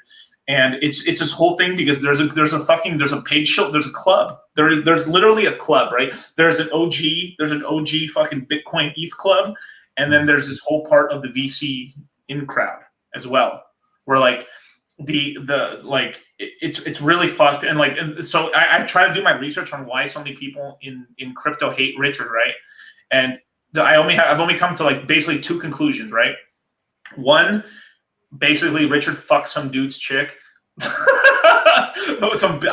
high level Bitcoin guy, or two, Richard took the wrong side. I mean, whether it was right or wrong, he picked the losing side on the Bitcoin big block, fork side, and got even though he wasn't a part of the Bitcoin Cash side. It basically, since that all that shit happened, the Bitcoiners are obviously fucking religious zealots. And they basically have a vendetta out for Richard, and then that's kind of why they keep coming after Richard for such a long time, And that's the only reason I could think. And then the other part too is that Richard's actually like educating a lot of people, and it's this whole thing where like he's not really sugarcoating stuff and everything. And then I guess one more third reason is like on Hex, Richard did no payola. Who's that? You know what payola is? I do not. Okay, so it's basically from like the radio industry or the recording industry, where basically you pay people for spots for influence. So it's like if you're on it's basically like if I'm a record producer, I slip the DJ $20,000, $25,000 to play my artist's record on the radio a lot. That's what payola is. And Richard Hart was creating a new coin, right? And he gave almost no influencers any coins. Like he just gave like literally like $50 to like BitBoy or something like little like here, try it out. That's no. He never gave anybody like here's 25 grand. There's it turned into that much money. Like the $50 or $100 he gave like what's his name BitBoy turned into 60 G's in Hex. In Hex, yeah. So that's in the Alex Saunders comments, where he's like, "Are you going to give me Hex to come on?" He's like, "No, I don't give anyone Hex. Why would I give you that?" And he's like, "You gave it to BitBoy," and he brings up BitBoy.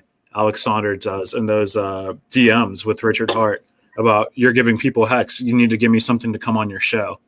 And he was like trying to almost like not extortion, but it's because these fuckers are really bad. Here's the main things. These guys are really bad at trading. They're not good investors. They have bitch hands. 4, they're fucking ugly.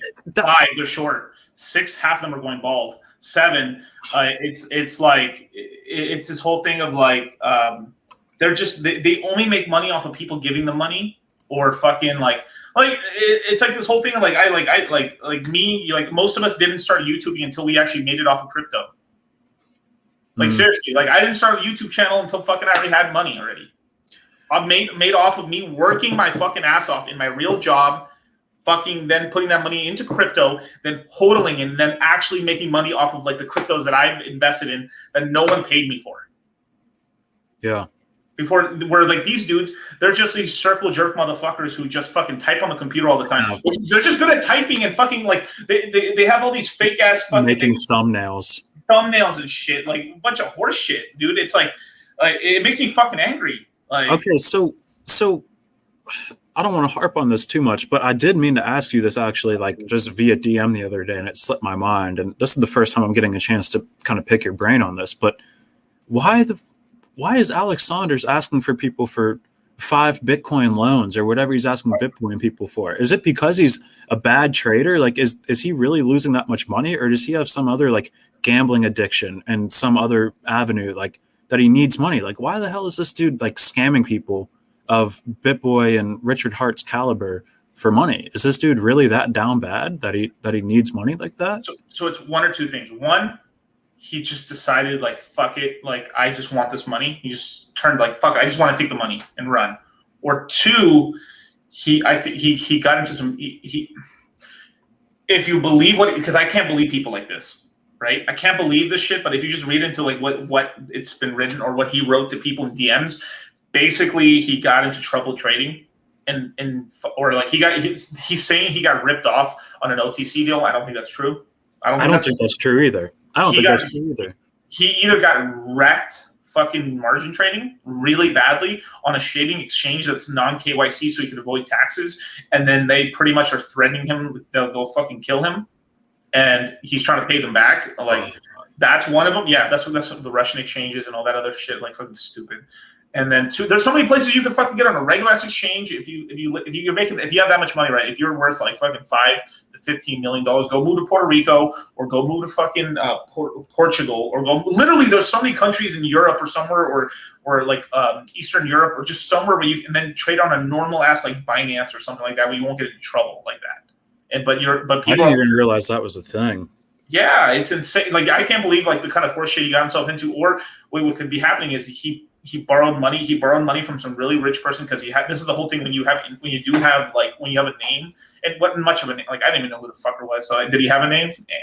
But like whatever, like he was known in the space, and he basically, to me, it seemed like he either borrowed money from somebody, then like lost it trading, and it's probably trade. If I'm being fair, it's probably trading. It has to be trading. What margin, else? Margin. If he was a scammer, he would have scammed out a long time ago, not just now. And like all the stuff that was going for him too, like what a dumbass! Like, and this is the part. 5 years, man. 5 years he's been around, like, and just wiped it out. Crazy.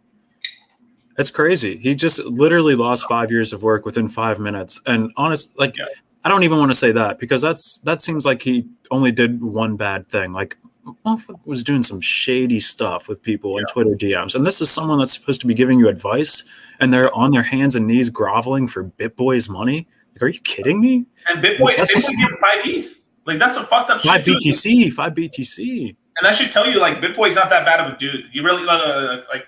I know we all say a lot. Like, I've heard a lot of people say a lot of bad stuff about BitBoy and stuff. Like, I hated on the guy. I actually like his stuff. He seems like a good person.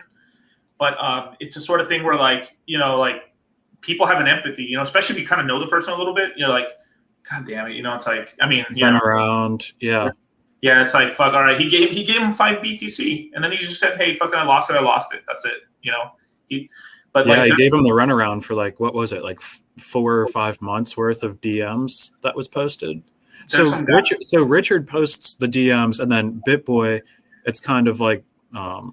BitBoy also comes forward because someone else has exposed him, right? So now it's not on him. So now he just comes forward with his own DMs, and I those are the only 2 I saw. I'm sure there's more. Maybe I didn't see any past that, but that's crazy because Alex Saunders is someone. I mean, dude follows 1,200 people on Twitter. I'm one of them. Like, I've never talked to the guy, but he follows me because of through like you know, like we have some mutual friends through the NFT space and stuff. Some Australian friends that. They kind of vibe with and everything like that, and he was someone that I wouldn't watch his videos religiously. Obviously, I watch like New Gang and stuff a lot more than that dude. But he would talk NFTs. He would be on Real Vision with Raul, and I would watch all that stuff. And tons of respect for the dude. I thought he was one of the good guys, and now you find out that he's kind of trying to scam people. It's Anorak, we're the good guys, bro. We're the good guys. Like, dude, like these dudes, like. Oh no, I'd take BitBoy's money. There's just something off. Like, I'd steal BitBoy's money. Like, you know what I mean? It's like crazy. You know, if I ever got like wrecked like that, like if I ever I legit would just say it on YouTube, like, bros, like I fucking got rinsed. I'm fucking so sad. I would literally go on YouTube and say, bros, dude, I got fucking wrecked. Fuck. Or like my shit got stolen. Or like I would just be real with it, like, because that's who I am. You know, I'd be like, God damn it, like I'm just trying to rebuild back, and then everyone would probably be like, "Fuck yeah, Miguel, we'll make it. You'll make it back. We're on the grind again. That's it. It's a mission. Now it becomes a video game again. We're like, okay, I just got knocked off the Citadel.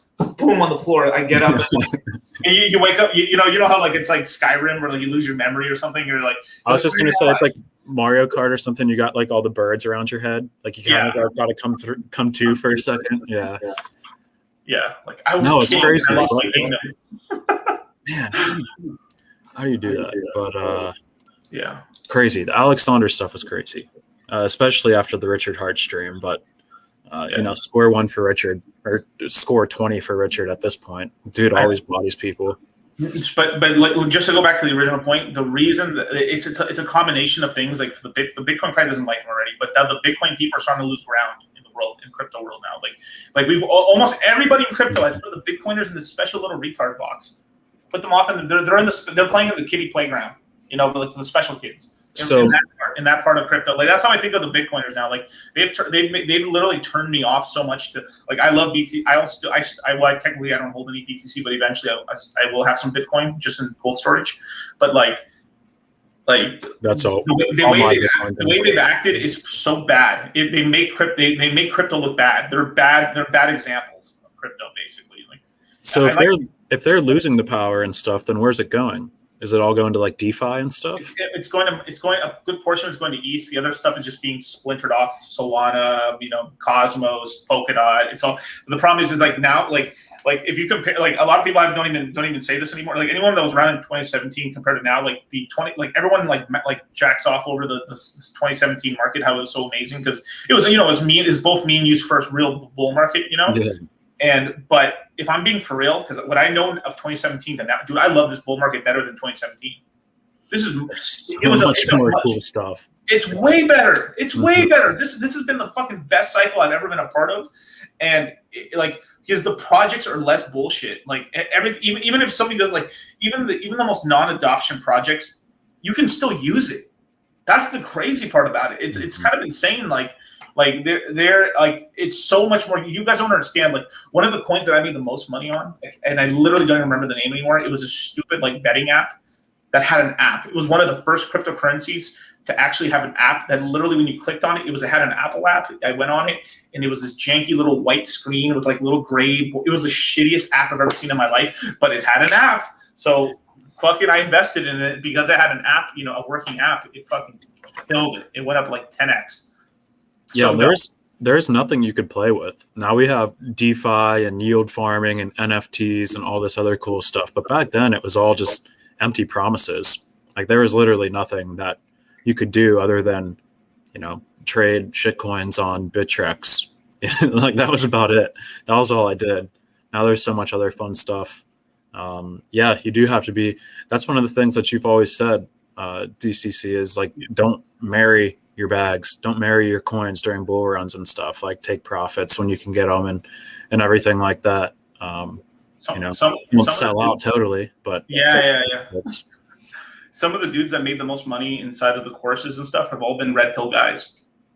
And if you don't know this about Richard, actually, Richard's actually, I've watched enough of his stream. I've watched him since 2017. Well, since he basically first started streaming, really. Once he stopped all that health stuff and stuff, those videos in the beginning where he was don't do this. And I kind of they were cool, but honestly, I liked when he was doing longer form content.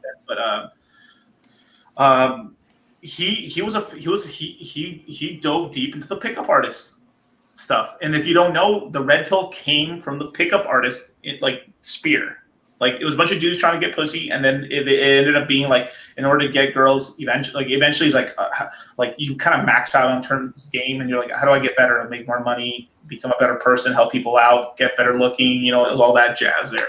And that evolved from the pickup artist. Well, the reason I think that Richard wears these top hats and shit is because he was probably the age is right around. So he became independently wealthy in 2003 or 6, somewhere in there, right? Mm-hmm. Well, that's around the fucking time the mystery method and mystery was fucking popping, and then you had the pickup artist and shit. So that was right in the prime time of the peacocking era, mystery.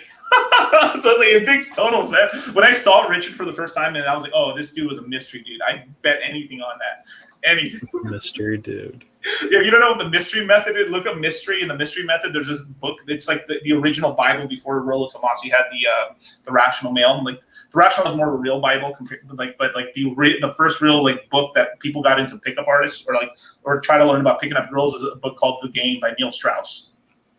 Which the main two takeaways from that is basically numbers game and don't be a bitch. Right? Basically, like it was kind of a numbers game. Like you do have to even some of the best pickup artist dudes, they have like a 5 or 10% hit rate at most. And like out of that, like maybe a third, if you're good, is converts into like actually sleeping with a chick, maybe. So it's like you're talking to a ton of chicks, before you fucking one hits. Dude, one of the best videos that I've seen of Richard is him at I think it's an outdoor pool party, and he's like standing there like dancing, and I think it's like pit vipers or whatever they are, like the sunglasses. It's like, oh my goodness, like this dude, what you're saying, the mystery stuff and everything. But goddamn, yeah, that was one of the fun videos. That was like still before that was when I was still making fun of Hex on Twitter, and I didn't have any bags way back when. Yeah, Don Juan, so suave. Yeah, the mystery method, the game, the Rational Mail. Yep.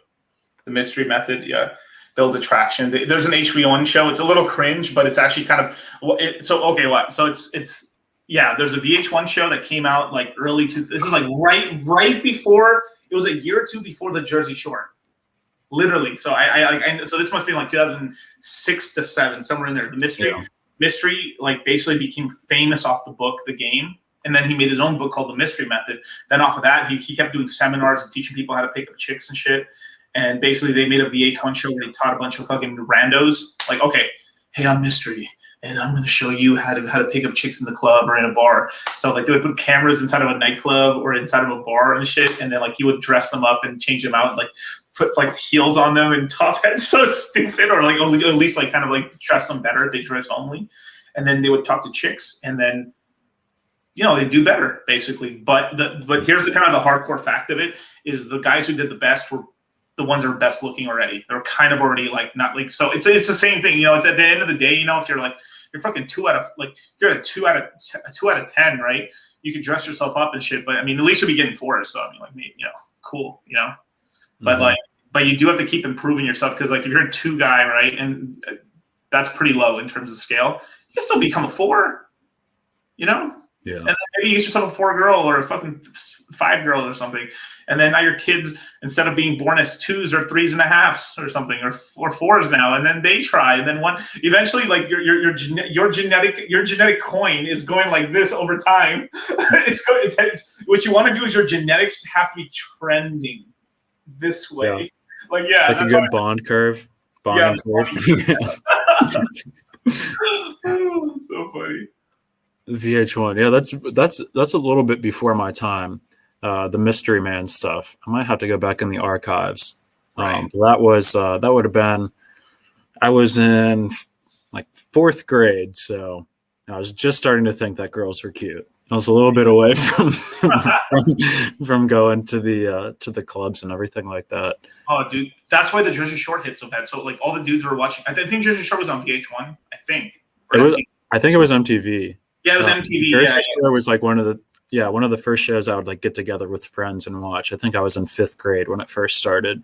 Do you know why that show's so big? So normally these shows on MTV or VH1 are chick shows, basically, right? Mm-hmm. The reason this shit hit so bad, it hit so fucking good with it hit like a crescendo, like bam, it exploded, was because it showed like the mission, and the mission is, let's with gym tan laundry, right? Let's go, let's go to Jack. Let's make sure our clothes are sick, and let's go to the club, right? And it would show like these fucking Italian gorillas, fucking tanned out Italian gorillas hitting the gym, fucking getting ready to go to the club. It was like no one ever showed that ever on TV. Like dude, that's what I grew up with.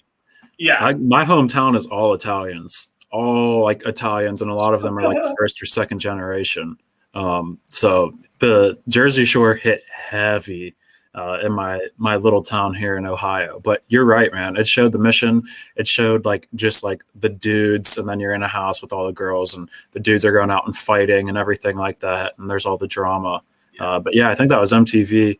I remember I used to have to like beg to stay out later than I was allowed to. I think it was like 9 o'clock at night. Beyond to like 10 o'clock, I'd go to my buddy's house down the street and watch it. Yeah. But my goodness, good times. Jersey Shore. It's amazing. I think that's where we lost our country. Yeah. Is when Jersey Shore went off. Oh, wow. No, but I mean, all right, yeah, later seasons, but I got to admit, the first 2 seasons were not bad because you got it's the GTL, man. Yeah, it's GTL, right? It was like it showed like they never showed that level of that part of the masculinity because they always show like they show a guy at the bar a little bit and he's like talking to a girl and then that's it and that's how it ends right there. Like it actually showed like the dude's like getting ready the whole day, then they go party, then they get a chick.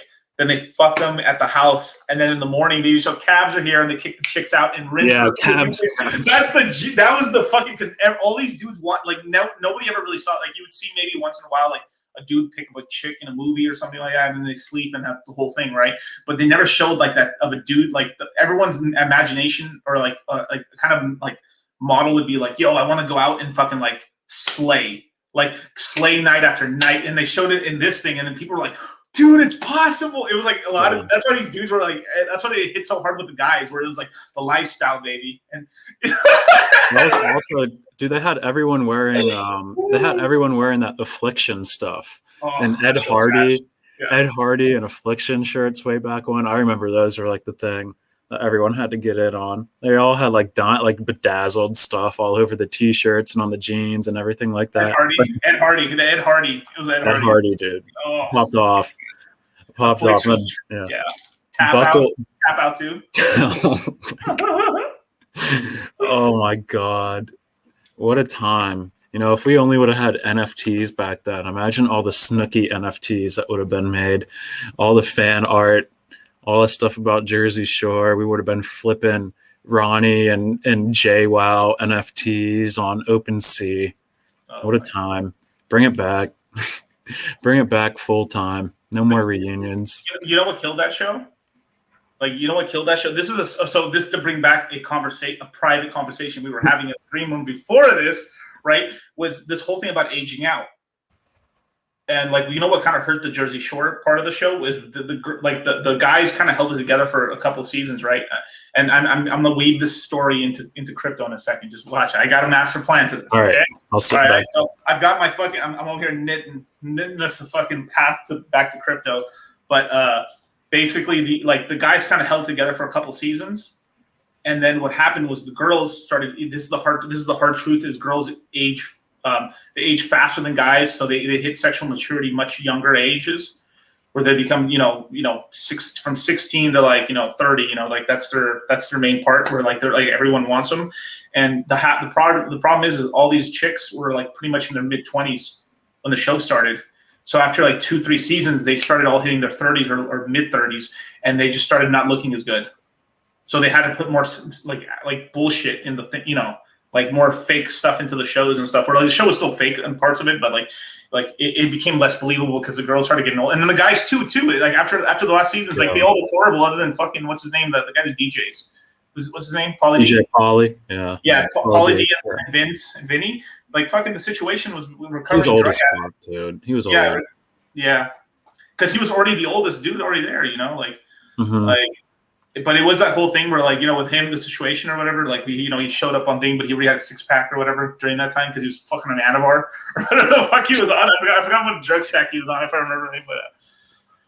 But just to go on that, right, it's the same thing. I've seen this with, like, I knew that Top Shot was peaking when I started noticing the high amount of girls inside of Top Shot. I noticed when I started noticing a lot of girls in Top Shot, I was like, oh, this is starting to get bubbly. This is bubbly now. This is real bubbly. Like anytime you notice, like, I'm not talking about like a 1 or 2 girls, like, or like a couple girls. I'm talking about where you really see like, whoa, like a lot of them. Like it's that whole thing. Cause like there's this whole thing in like, there's like a lane, like, let's just say you're a pretty, a half decent girl in crypto, and you put yourself in some niche, you end up, ascending in the followers and everything and views and stuff in a space really quickly. But what happens is like, they're really only on top for about a cycle, maybe a cycle and a half at most, because no matter, it isn't like because most chicks end up coming to crypto, they're usually in their mid-20s by that point. Same thing. So it's like the whole thing where like if they're lucky, they start like, it isn't like, I haven't seen too many where they're 18 years old. Then an 18-year-old chick, if she entered crypto and like got popping, she'd be popping for 2 cycles in crypto. But 2 cycles in crypto is fucking 8 years. That's a long time. So that's why most of them really only are popping for about a cycle, because what ends up happening is people remember when they first saw them. And when someone first sees you and stuff, that's when you're the youngest. So it's like, because they're not like, unless a person, it's very rare when you meet like, and I you know, I'm not trying to be sexist or nothing like that, but like most women in crypto are not like giving information out. They're basically thirst trapping on dudes, basically on stuff. There is a couple girls. There is a couple girls out there that are like most, like there's still like a lot of girls out there that are like giving like solid information and really breaking down stuff. Yeah. But I would say like a lot of people on Twitter that are just like clout chasing and stuff on Twitter, just as much as the guys are clout chasing, they're just more successful because the audience is drastically in the favor of men in terms of demographics. So the women ascend higher when you're talking about like followers and stuff like that for cycles, regardless of the information. If they're like a good looking female on Twitter, they ascend higher. So you're saying that's the same thing with Top Shot happened, right? Yeah, like I just noticed it really quickly. Like I just noticed the influx of females. Like it was like what, like, because I know like I'm very sensitive to the crypto space, and I look on I'm on Twitter mostly, right? Like looking, and I just saw a ton of like chicks and stuff, and all the age ranges, all the looks and stuff, all the. I just noticed a lot, and I was like, oh, this is overheated now.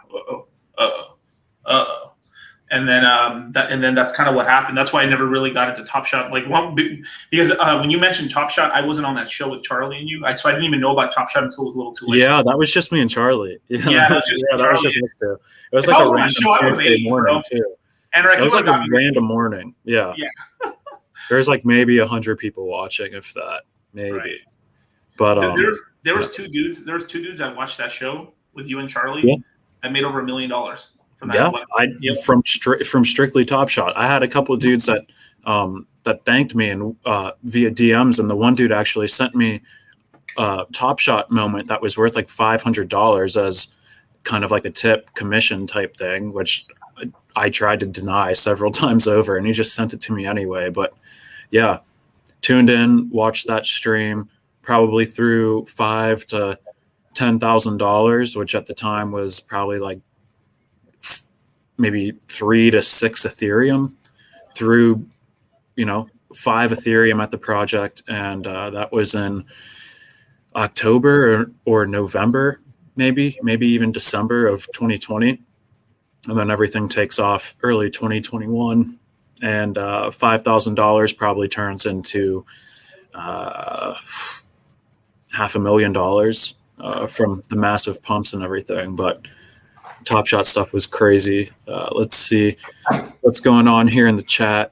We got some tacos going. We got some likes still coming in. Jersey Show, NFTs, and the crypto cycle. Yeah. My goodness, MTV way back in the day. Take us back there real quick. The Next show, man. That show Next, where they would send people. It was like Tinder in person on a tour bus. I fucking hate that show. It was brutal. I hate that show, dude. Dude, guys used to come in there with so much self-esteem and just walk away broken men. They would step on the bus and she'd say "Next" before they'd even open their mouth to take a breath. That shit was brutal. That was brutal, man. It's. Dude, I hate. You know why I hate that show? I hate that show so much. Because I literally, like, this is me in my younger days. This is like 14-year-old Miguel, maybe 15-year-old Miguel. Like, there's this chick, there was like, I went to a cousin's house, and like, there's this, like, one of her friends was there that I was like digging, right? And my cunt-ass cousin, my fucking cock-blocking ass bitch of a cousin, bro. She fucking broke me, dude. She sat us both down on the couch. She sat between us and another cousin of mine. Like, so she literally put me on the other side of the fucking couch, cock blocking me. And the girl I was trying to talk to on the other side of the couch, she fucking like made us sit down and watch Next for fucking 6 hours. 6 fucking hours of Next that I literally said, fuck this. I was like, it's not worth it. And I walked away. Like I hate that show with a passion to this day, dude. So sorry. I'll continue. Next, yeah. Such a horrible show. Such a horrible show. I hate that fucking show. Oh my god. Someone just brought up Kusama in the chat. Oh, Greg just brought up Kusama in the chat, which we were kind of talking about a little before the show. With Kusama and stuff. So that Kusama has some NFTs coming out, which I am not aware of anything like that. Do you know anything that's going on with the Kusama and NFT stuff? The Kusama, it's because the Kusama lady is actually like a famous artist inside of a okay. So there's a famous artist named, I think her name is Kusama, I think I remember right, but she's famous for polka dot like art. So that's why they got the name from polka dot and Kusama. It's from a Japanese artist, which is really cool. No kidding. Yeah, you're serious? I didn't know that. Yeah. Yakayoni Kusama. She's famous in Japan, dude. So that NFT art's gonna be probably worth some money. Wow, I typed in YAYO and it just popped up. And she looks like she reminds me of the character from the Incredibles movie that designs the costumes. That no kicks. This lady reminds me of. She's coming out with NFT art, huh? Yeah, and her art sells for some serious money. So she looks like an artist. Oh yeah, so that shit's gonna be worth some money. Actually, I would probably buy it. On super rare. Oh, is it already on the shit? Link it, bro. Come on, what are you doing, Anorak? Like, throw it on my Twitter. Wait, I'm trying to make sure that this stuff is legit, and I think there's some stuff that's inspired by her that I'm finding. I'm gonna have to do some more research. Greg could post it in here. Yeah, Greg. Oh, she's Idris just asked me, what do I think about the Stoner Cats? Idris, we touched on it a little bit earlier. I really like the Stoner Cat stuff. I bought one of them. I'm kind of holding them long termish. I have it listed for 5 Ethereum. If it sells, great. If not, whatever.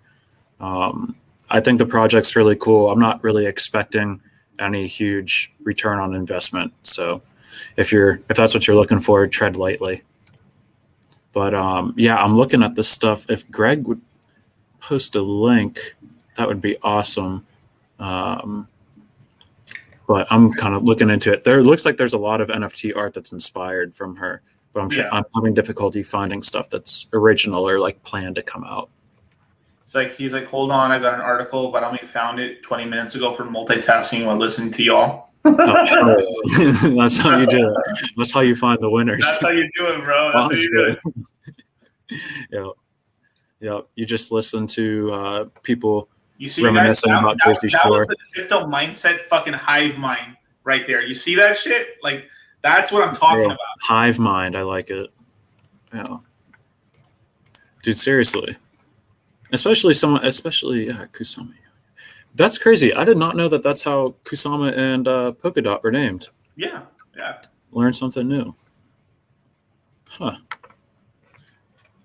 My goodness. Yeah, now I'm looking through all this stuff. Man, there's so much.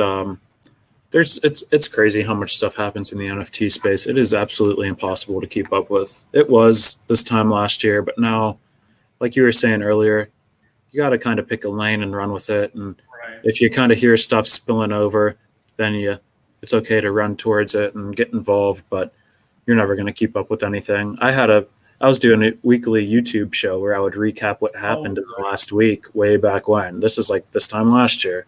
And there would be like, I'll be struggling to find content. And now there's too much to even keep up with. It's insane. Like whoever's doing stuff like that's insane. Works are sold by auction, huh? Damn, those are going to be worth a mint. Okay. So they're making NFTs of the physical work. No, they're selling the physical work first, and then you're going to get an NFT version of it as well. Right. Interesting. That's kind of similar to what Damien Hirst just did. I think that's his first name, Damien. He just released, honestly, it was like polka dot artwork. Anorak, I forgot to tell you this. I think you're also going to get a copy of all your NFTs on Ethereum on the Pulse chain as well. Interesting. So if Ethereum gas fees go ballistic, it's possible. I mean, it's maybe 25% of the NFT market in Ethereum could jump over to Pulse because it's cheap and everyone already owns their own stuff anyway. All right, so this is a dumb question, but is Richard the person that's developing Pulse Chain, or is he just someone that's kind of like helping push it and integrate stuff with it? Or is he the actual dude that's developing it? So, okay, it's his idea. He's looking over it. He's got devs working on it. Okay, that's enough. But it's his project. But it's his project. Yeah, gotcha. Okay. Yeah. Just like Steve Jobs just developed the phones himself. He just like cracks his whip and hits the Chinese workers in the factory to make the fucking iPhone. Yeah.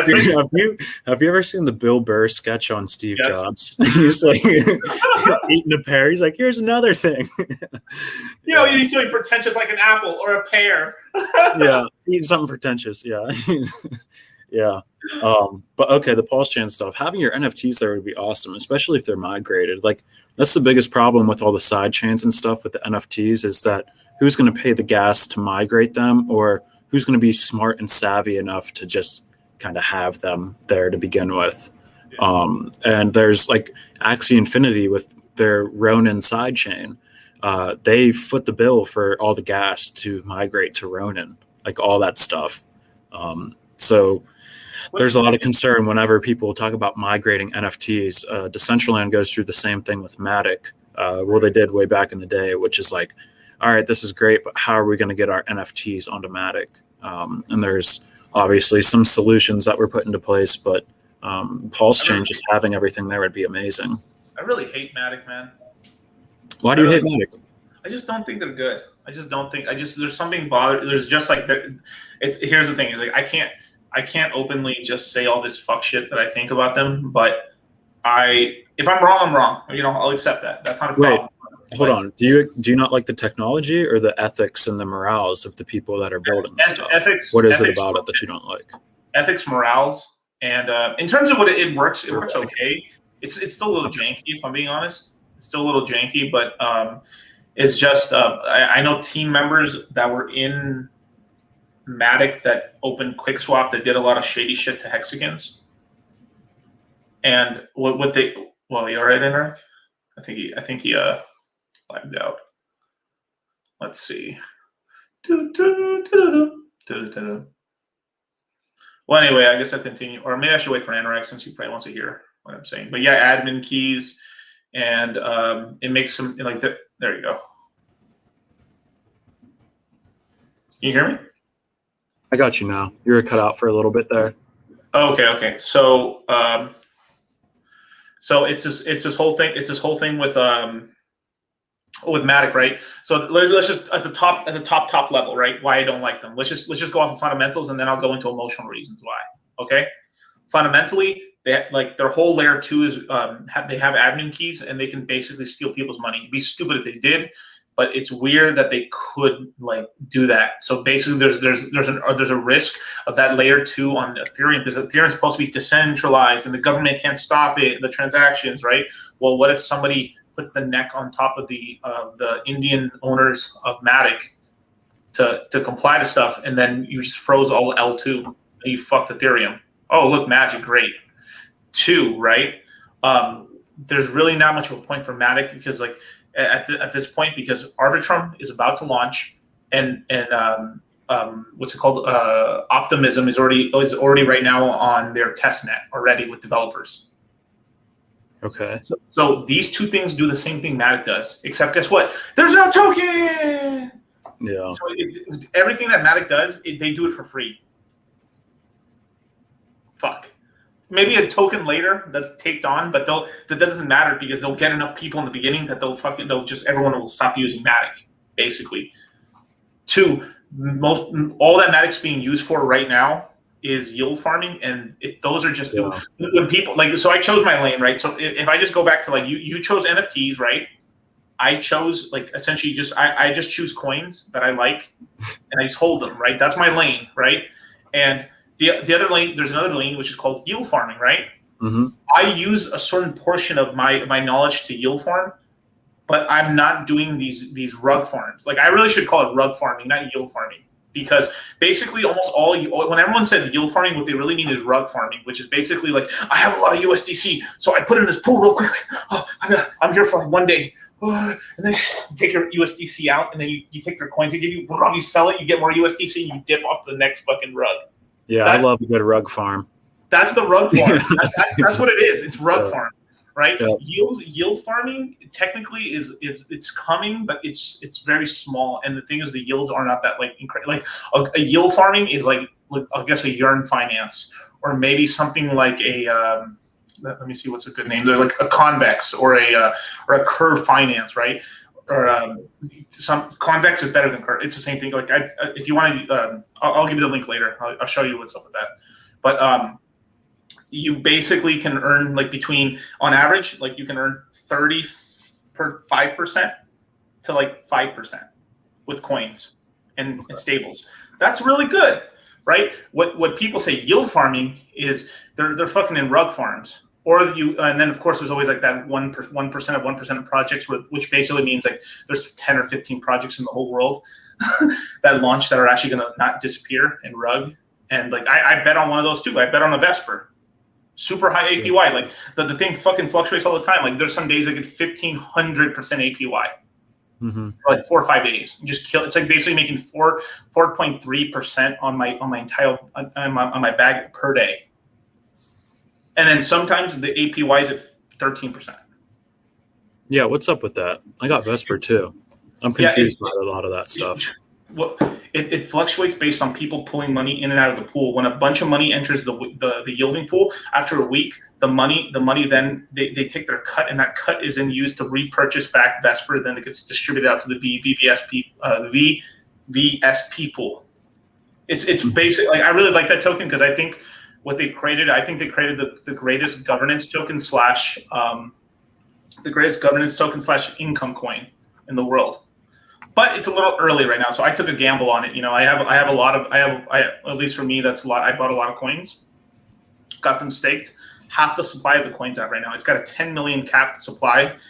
4.9 million coins are out right now. When I got in, the supply was 1.8 million. So it's 2x in supply. But next, to go from 4 to 8. It's a lot, like that's a lot less of the supply. You see what I mean? So it's like, so even though the inflation still it's going to 2x. It's going to 2x over a much larger period of time. And the whole supply comes out in February. By February, it's all out. It's done. Of 2022? 2022. Yeah, right. Okay. Yeah. So February of 2022, that's it. All of it's out. Okay. So at that point, then so right now we're in a year-long accumulation phase, basically, like an AA in a way. We're just accumulating the coins. I'm staking it, and then because I'm in the pool, I'm not going to get affected by inflation. I'm inflating above average in the pool. So what ends up happening is my positions, I'm gaining in the position and stuff. So it's just sort of a thing. Like I throw in sort of like spare change money, buy a little extra Vesper, throw in the VSP pool. Set it and forget it. I'm not selling it. I'm just leaving it in there. And things it compounds on itself. They auto compound as well. And they're coming out with a suite of other pools. So they're going to be sort of another Yearn in the space, except I think it's a better sort of thing than Yearn, because even in Yearn, you really can't, like, at least from what I've seen, you can't really earn a lot of the fees off of the pools and stuff that much. It doesn't accumulate to Yearn, the Yearn token as much, where Yearn's mostly a governance token with a little bit of place where you can earn a little extra. With this, it's a governance token plus the entire system is there to make money for people and to earn money for the people who own the fucking governance token. Yeah. That's why I fuck with it, right? But that's a bet. I'm taking a shot on it. So I know I could take I could take a fucking L on it, you know. But I'm willing to take the shot and risk it and fucking put my money where my mouth is and just and that's better game. That's a better game than fucking than I'm telling you. You make more money doing that, taking these kind of bets, putting your money down, yielding on it, or just leaving it in a pool, or leaving it's a natural pool, not like a weird pool, but like it's natural pool in its own ecosystem, and just set it and forgetting it. Then you are fucking like leveraging, shorting, longing. Trying to do anything that's like timing the market. Yeah, it's retarded. Like that's how you lose all your money. Yeah. You know. Have you there's another one that's, I don't want to say similar to Vesper, but something I've been getting into over the last week or so. It's Olympus DAO, OHM coin. Do you have any thoughts on that? I'm a little scared. I'm a little scared of it. What makes you scared? Tesla Node is in it. Who's that, or what's that? He's a giant Ethereum whale. Probably he's worth he's got like $1 billion in Ethereum. And Does he have a history of rugging projects or screwing over projects? He has a history of coming in at the right time when projects get rugged to come in as a hero. Interesting. Like, you and know, has he played hero with Olympus yet, or do you think that's still he's sort of been championing it? Like, I saw a little, like, Spider Crypto was maybe one of the, I can't, like, it's just like, I don't want to say stuff like, because I don't have the proof for it, but like, I've just been around too many projects where magically I find Spider Crypto and then here comes Tesla Node. Just straight shit like that, like Grow, then Rari, then fucking Olympus. Just like shit. I saw too many fucking coincidences, man. It's like fucking like and I still hold my Rari token. I still got it. Like I believe in the team and stuff. And Tesla Node owns like 1.5 of his total portfolio, and he's got $1 billion fucking dollars. Like he owns like a lot of Rari token, but like he also, like, the Rari guys were backing Olympus and then the Olympus DAO. So I knew about Olympus DAO since I knew about Rari, but I didn't get into it because the whole test, just like, it's weird. It's like, I just keep like these, I almost think like the dude's running a business where he goes to teams like this. Hey, Anorak coin, right? Like, hey, Anorak, right? So you guys need money right now. Yeah. Yeah. I could use some money. You need some money, right? So here's your two options. You can raise money from VCs, but you guys are they're gonna take 40% of the company from you guys. Oh, I don't know if I want to do that. Right. Mm-hmm. Or, we got predatory loans where, you have to pay back a lot of money back for the money we lend you, right? And eventually eventually those guys will, since you won't be able to pay it back, they're going to take a lot of your coins as well as leverage or collateral. So obviously you don't want that as well. So what we could do is, hey, look, a lot of project, every project in crypto runs, man. Every project in crypto runs there's always a little hack somewhere, right? Let's just say, I've got a team of guys, right? No, listen. Good guys, rich guys. It won't kill your project. It won't kill your, dude, I promise you. Okay. It won't kill your project. I've got a team of guys that can do an economic attack at a random time. Obviously, we'll telegraph it to you ahead of time, right? So making sure I can get out, right? I can get out? Yeah, you can get out, man. You can get out. Okay. Yeah. So what'll happen is we'll make sure that there's a little economic attack and some money is stolen. We'll take a little bit of the money because we're doing this work, and then we'll, through back ends, I have connections through Huobi to give you guys funds. And now this is the beauty of it. You come out with I have plans. Like, we've done this many times before on many projects. The way we'll do it is this. Look, so we have to pull. Oh no, $11 million was stolen. It won't be a crazy amount. We'll just take what we need, right? Yeah, I'll take $4 million. You guys take another $8 million for yourselves. Okay, like I could use $8 million. Yeah, you give it to my wife. She wants a car. Yeah.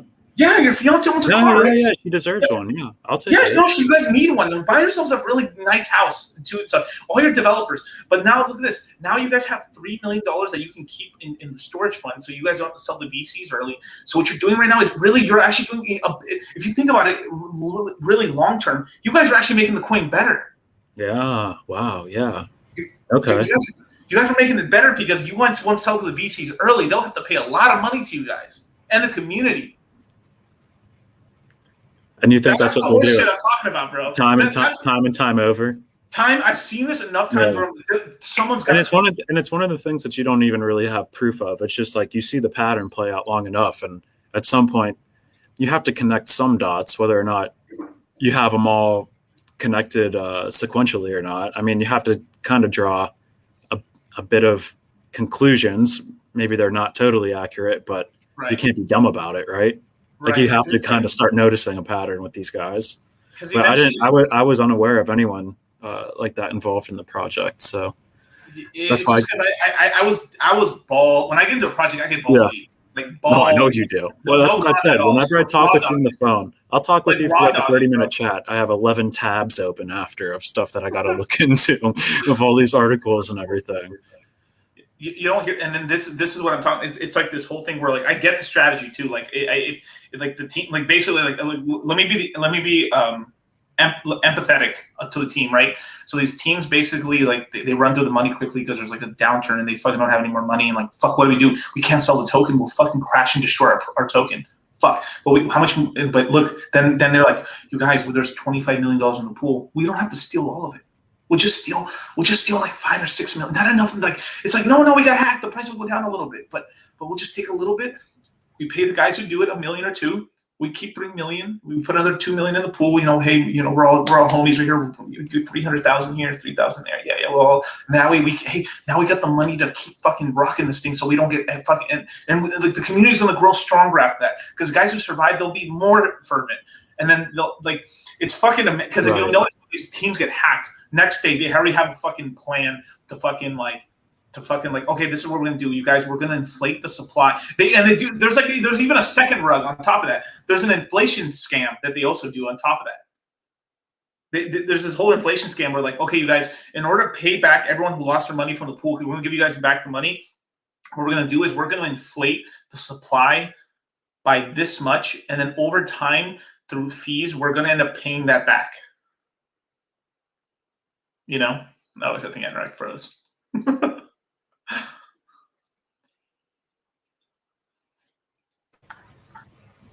I'm back. Right, there you go. Yeah. But yeah, that's what you're saying. Everyone gets hacked, and then they have a plan the very next day, and they come out with a plan. Because it's the sort of thing where like you imagine I notice it's usually about a day and a half. It's a day and a half after. Like, you guys, we're gonna have a full breakdown of what's gonna happen and all this stuff and everything. Like, dude, people can't get these fucking auditors to fucking look over the shit like that quickly anyway. And like most of these teams, if you have a team that's under, like, if you have a coin that's under half of, like, if a team's under, I don't know, $300 million, there's no way they have a fucking auditor on. Do you know how busy these auditors are? How everyone's making a project. Like, there's no way that they're big enough where they have enough money there that they can get all these people. There's no way they have an auditor dude on the staff. Impossible. So it's like this whole thing. It's like there's these tall tales. If it happened to Wi-Fi, right? That's real. That's a legitimate one. Like, holy fuck, it's gonna get Yeah. Or like if it happened to like Uniswap or something like that, they literally have the money to be like, what the fuck? And then you notice anytime the really big ones get hacked, they actually get some of the money back. So it is that so when you see a hack on a big one, right? It's also dangerous too. So you literally have to be black hat as fuck to hack a big one because you better have an exit strategy to get that money out of there because you're gonna lose your shit. Where like if you hey you guys, like, you can exit scam or not exit scam, but you can sort of like liquidity scam a little bit on a pool for $1 million. If it's under $10 million, it looks to me like most people kind of get like they forget about it. You guys, they only stole $11 million. You guys, it's only $11 million. When you see $100 million or $1 billion, even the government looks at that. Right? Like, yeah, it's too much attention. So it's like I think some of these bigger whales are running like a business in the background where they have their dudes. They attack. They have all the infrastructure there because they've had all this money and they have like dealings with like Huobi and some of these Chinese or like these Asian exchanges that are outside of China and outside of Japan that were more regulated. Some are in the Philippines or some are in Singapore, somewhere in there, right? Where they can do these. They have these kind of like backroom shaking deals and stuff, right? Where like, hey, we'll launder some of this money for you guys, but we're gonna take 20% of the vig. And okay. look at Dan S too right there. He's like Testnode was also involved during the time Harvest got hacked. Interesting. And watch this. You want to know something that where I started really watching this stuff is okay. So I don't want to mention these projects, but there was like 2 projects that launched on Hex early on, right? I'm not going to mention these fucking dumbass projects I told everyone not to fucking invest in, but hey, they don't listen to me, whatever, right? Lost all their fucking money. Well, these projects ended up having this problem where, hey, you guys, our coin stopped working or the pool stopped working, so we're going to switch over the coin over to a V2. And the V2 comes out. All right, you guys will be able to get. So we give you a new token. You guys can play around this new token ecosystem, but we're going to give you back your original tokens we lost in the original hack on the V3 upgrade. And the V3 upgrade almost never happens, or if it does happen, the token fucking collapses and then it's done. Yeah. So basically, they scam you on this money, and then they're like, "You guys know we're about to launch the V3 right now. The V3 is going to be back. We're going to get all your coins you lost. You're going to get them back. We found a way to get all your money back. Yay!" And all these dumb. Okay. Let me buy it. It's going to fucking do well. And then the V3 launches, and the coin collapses, and then they rug both, and they run away. Well, those same dudes, play by play, happen with yams. With what? So watch this. The scam they ran on Hex, these fucking, I'm not saying Hex, but I'm saying some dudes that used hexagon, they preyed on hexagons basically. Yeah. Because a lot of hexagons in the beginning, they didn't know much about crypto, so they preyed on these. They preyed on hexagons, trying to create like hex-like projects, like trying to copy Hex, right? And what they did at that point is with the play, right? I noticed almost word for word what happened in the scams that happened in Hex with the hexagons happened with a project called Yam. The same people. They used the hexagons as a way to test their scam. It worked. Then they ran a more like perfectly more like shaped up version of the scam, like their actual final rough draft or like their final project. They made a yams farm, got a lot of money, did the same thing. Oh no, the V1 got hacked. You guys, we're gonna create a V2. Oh no, you guys, wait, V3's coming out. V3, don't worry, you guys, a V3 yams is coming. And then rinsed them, and it worked like a charm. I saw that. When I saw that, I was like, holy crap, it's the same team. And that's what really like gave me a really bad taste in my mouth, because I saw it firsthand in Hex when Hex was early on, and we told people not to get into these stupid like fucking hourglass games and all this dumb shit that like people were trying to scam hexagons with, And this is the same warning I'm telling people inside of a pulse chain, Are you do you know anything about the hack that Bondly suffered? That coin Bondly. I don't know if you're aware of that coin or not. That's kind of like an NFT coin. Yeah, the NFT Bond. Yeah. I was invested into it for a little bit, and then I just sold it. I think I made like 10% or something. It was almost a wash, really. So they got hacked, and this is one of the coins that seemed like they had a plan in place pretty quickly after. They went from let's see. I mean, their coin was getting beat up pretty bad, but they went from 6 cents all the way down to less than a penny in the span of about 16 hours. So they lost almost 100% value of their coin. I think at one point it was minus 93%. I don't know if these dudes were involved in that or not, but one of the things that was interesting about the Bondly thing was Logan Paul was involved in the Bondly coin when he did his Pokemon related NFT launch way back when in like April or so. And Logan Paul within 24 hours was also being investigated for that Dink Doink coin, which sounds ridiculous to even say out loud. Dink Doink. Him and all his buddies were getting accused and kind of exposed for shilling and dumping this coin. And then literally, I would say 24 hours or so later, Bondly gets hacked and compromised. And it's two coins that Logan Paul has direct ties to both get hacked or dumped or rugged or whatever you want to call it within a day. And that was one of the things that I'm saying, like, you're drawing lines between this other guy and this other group. Kind of stuff like that. Like that's I literally an opposite group. So the tests. Okay, I'm not saying test node, but let's just call it the test node group. There's a test node group. That's one hacker group. And then on top of that, you have the Yams people, which they're UK based motherfuckers. Because I got some knowledge on that. I remember Yams way back in the day. Yeah. So the Yams people they're really not good people. They're fucking pretty terrible people. And then they also ran some projects in Hex. But this is not the right way to say it. They try to run scam on hexagons. There we go. That's the best way to say it. Because at the time, Hex was just an RC20 token. So Yams went from $29 to $1.40 within the span of 48 hours. Just to put it into context for everyone that's listening, but go on. So they're running scams on people who don't really know exactly what crypto is and what they're getting involved with, and they're preying. Right. So there's one group. So out of all the groups, the professional ones are actually the Yams people, because they're part of a syndicate. They're a part of a syndicate of people that run scams in crypto. Basically, what they're trying to do is like their member groups. They're trying to make $1 million for each member of the scam group. That's their organization, and they've run probably upwards of probably like 20 to 30 scams in cryptocurrency so far this cycle. I'm serious. 20 to 30? You think that many? Yes. Yeah. And I'll tell you about later how I can't even know that a little bit, just because they threaten people that I know about in the space. Yeah, they threaten people basically, like trying to dox them. They're like exposing them. Trying to dox people, saying you need to shut up about us. And like, yeah, yeah. So there's that. Those are the people, right? And then there's a YouTube scam group.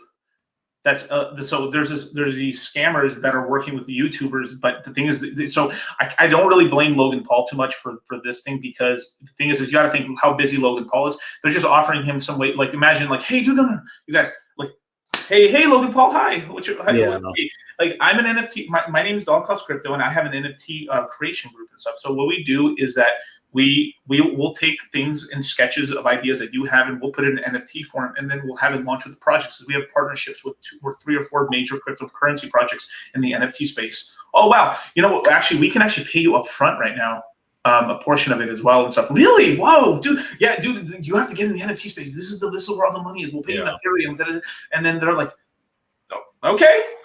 And that is easy as what I just said. That's how they. I mean, dude, these guys are like. But you got to think like they're just like I mean like fucking Logan Paul was just like pretty much a normal dude 5 years ago. I mean, think about it. Like I mean, dude, I was in college with Logan Paul. Both went to the same college freshman year when Vine was popping off, and now he's like this mega celebrity. That's what happens, man. You can go into like Anorak. I'm telling you, dude. Like you keep sticking out with this NFT stuff, dude. You're gonna be huge in the space, because like in the NFTs, got a ways to go. We'll see about that. I know talent, bro. I know talent, dude. What I saw in Maddie, Maddie and stuff from early on. Like I see that in you, dude. Like I'm telling you, man. Yeah, Maddie's far eclipsed me. We'll see. Well, yeah, but I just enjoy shit posting on Twitter. Yeah, but he's a cycle ahead of you. Yeah, like, true. Maddie was already making like I mean I don't like dox him now, but everyone knows he has money. But like the dude was making $80,000 a year selling NFTs during the fucking peak of the bear market. Like, bro, like you extrapolate that out. Like I would say Maddie was like one of the first 5 to 10 people that were making consistent videos about NFTs and like how to actually use them and buy and sell. But that guy is one of the smartest people in the space when it comes to trading and buying and selling and when to get in and out of stuff. But my God, I'm kind of shocked to hear that you say that these dudes are up to 20 to 30 scams this bull cycle. That's pretty crazy. The thing is, they don't let it get too gigantic. It's the whole thing of like, okay, you don't want to, like, and these groups know this already. You don't want to scam over 100 million. That's bad. That's big enough where it's like, whoa, 100 million, 23, 40, 11, 8. And everyone forgets about it within 2 weeks. Forgets about it. Yeah, it's got you got to be like. Yeah. Oh, it wasn't my money. And these motherfuckers sometimes get ballsy and they get like, shh. Don't do this. They throw the what's the Masvidal, the 2-piece and a soda. That was Masvidal's thing. Yeah. My favorite is like Stockton, homie, Stockton, but that's not Masvidal. But that's Nate Diaz. My brother's like Stockton, homie, Stockton. Yeah. But that's your Cali boy. I'm Masvidal's my Miami dude. Him and Kimbo Slice. I know. I fuck with the Nate brothers, but I actually liked Connor too, dude. Like I really did. Like I actually liked the story and stuff. Like he other than the shit talking, like his story was really about like believe, and like it actually one crazy thing is like just because it's getting kind of late already. Like we'll probably wrap up the stream in a little bit, like in 5-10 minutes. But like someone like what's his name? Oh my God, I forgot his name. My God, I was just talking about him. We're talking McGregor, Nate Diaz. Connor, yeah. Connor was like having confidence problems. You know what he did? He went to fucking Dan Pena course. If you know who Dan Pena is, like if you look, there's actually like I watched enough of his content early on, like because I wasn't watching him fighting. No, I wasn't watching that. No, I was watching his mentality stuff and like interviews. I watched a lot of his interviews, and then I pieced together through what he was doing. He's like, oh yeah, I went to this guy, out in Ireland and stuff like that, and like he showed me how to dress and stuff and everything. I was like, oh, it's fucking Dan Pena. Bitbucks. And what Dan Pena does, he forces you to actually dress like some of the suits and stuff. People look really bad in these suits. Like they're not really good suits, but regardless, they dress themselves up, and then that's where like Dan Pena like put the mentality thing into him. Then from there, I noticed he basically went to some Ireland thing with Dan Pena, got like essentially boot camped to be his mentality to be thinking in that level, and then from there he started reading all these fucking like self-help books and stuff like that, and then you could see it through it, and then from there he just started like that's where he got all that crazy confidence from, and then that's how he just like where like now since he took a bunch of losses, he's sort of in a negative mind space just because he's taken L's basically. Yeah, and that's a tough sport to take L's in. I mean, shit. Look at Ronda Rousey. Ronda Rousey took one major L on a giant stage and really never recovered from it. Like that was all it took for her. And McGregor, a couple L's combined with just old age. I mean, well, he took too much time off, but I get it too. He made all the money. We're not in the business of fighting for. I mean, part of the glory, but it's prize fighting. Yeah, entertainment. Yeah, so I get it. Like I like in terms of like Masvidal and all these dudes, like you can put all the money they make together, and it doesn't even hit like a bit that Floyd and fucking Conor made. Yeah, and honestly, someone like Khabib needed someone like Conor. Because Khabib is not entertaining by himself. He kind of needed the heel. He needed someone like Conor to hype everything up. Even as dominant as Khabib is, he's still no one tunes in to watch people get smothered for 3 minutes. Yeah. But crazy. And this is a good time before we get off to let everyone know that the same people that made NBA Top Shot are also going to be making same style of NFTs for the UFC. They actually have a Twitter account. I believe it's UFC on Flow. So on Twitter, the account is at UFC Flow NFT. They joined Twitter in February of 2021. They have just over 4,600 followers, and that hopefully will be out by like this time next year. I'm expecting like Q2 of 2022. We'll be seeing like a lot of teasers and stuff for everything. There's not many details around it, but we're chatting UFC. The UFC NFTs are coming, and they're going to be in that same like video format highlight type deal that the NBA NFTs are on NBA Top Shot. That's going to be extremely exciting because that's another international sport with a giant younger fan base that enjoys watching that stuff. And that's what you got to look for with NFTs and crypto. You got to look for international, and you got to look for the age demographics, because baseball launched NFTs too. And baseball's demographic is all old white guys that still have flip phones. No one's collecting those NFTs, but the UFC stuff's going to be a lot of fun. And the team behind Top Shot is making those as well. So give them a follow on Twitter and keep up with it. Anorak, I'm going to ape into those. I swear to you. Dude, me too. It's going to be tough to get them, I think. I don't think they're going to be easy to get your hands on. But yeah, I will be throwing gross amounts of money at that too. Yeah. I mean, it's the sort of thing where like, could it be as popular as the NBA? Nah, technically, in terms of numbers, no. But in terms of like Joe Rogan will probably talk about it. And I think it'll be sort of thing where like, I think they'll have more like podcast media coverage over those NFTs versus the NBA NFTs, if I'm just being honest, because I think, I don't know. Who knows? I mean, it's the sort of thing where like the UFC can be a lot more open about it, where they do have a lot of the NBA players sort of on a fucking leash like this. Dude, yeah, the UFC is just filled with mercenaries. Like when it comes to marketing, fighting, it doesn't matter what it is. Like they're just dudes that go out there and get the bag, and they're all about the entertainment business. They'll get more plugs, but honestly, it's just going to be it's what a lot of people in Top Shot are looking to throw their money at. People that made hundreds of thousands, millions of dollars in Top Shot and want to invest in Dapper Labs, the company behind Top Shot. This is the next big project that everyone's been waiting for. I mean, they haven't done anything to launch any sort of NFTs or promised any sort of dates or anything like that. They don't even tweet anything of significance from their account, and they have over 4,000 followers. Like, nearing in on 5,000 followers on Twitter. They've been around for 4 months now, and they do nothing. So everyone's kind of waiting. So whenever you get a chance at that, if it's a lottery system, I would 100% throw my hat into it.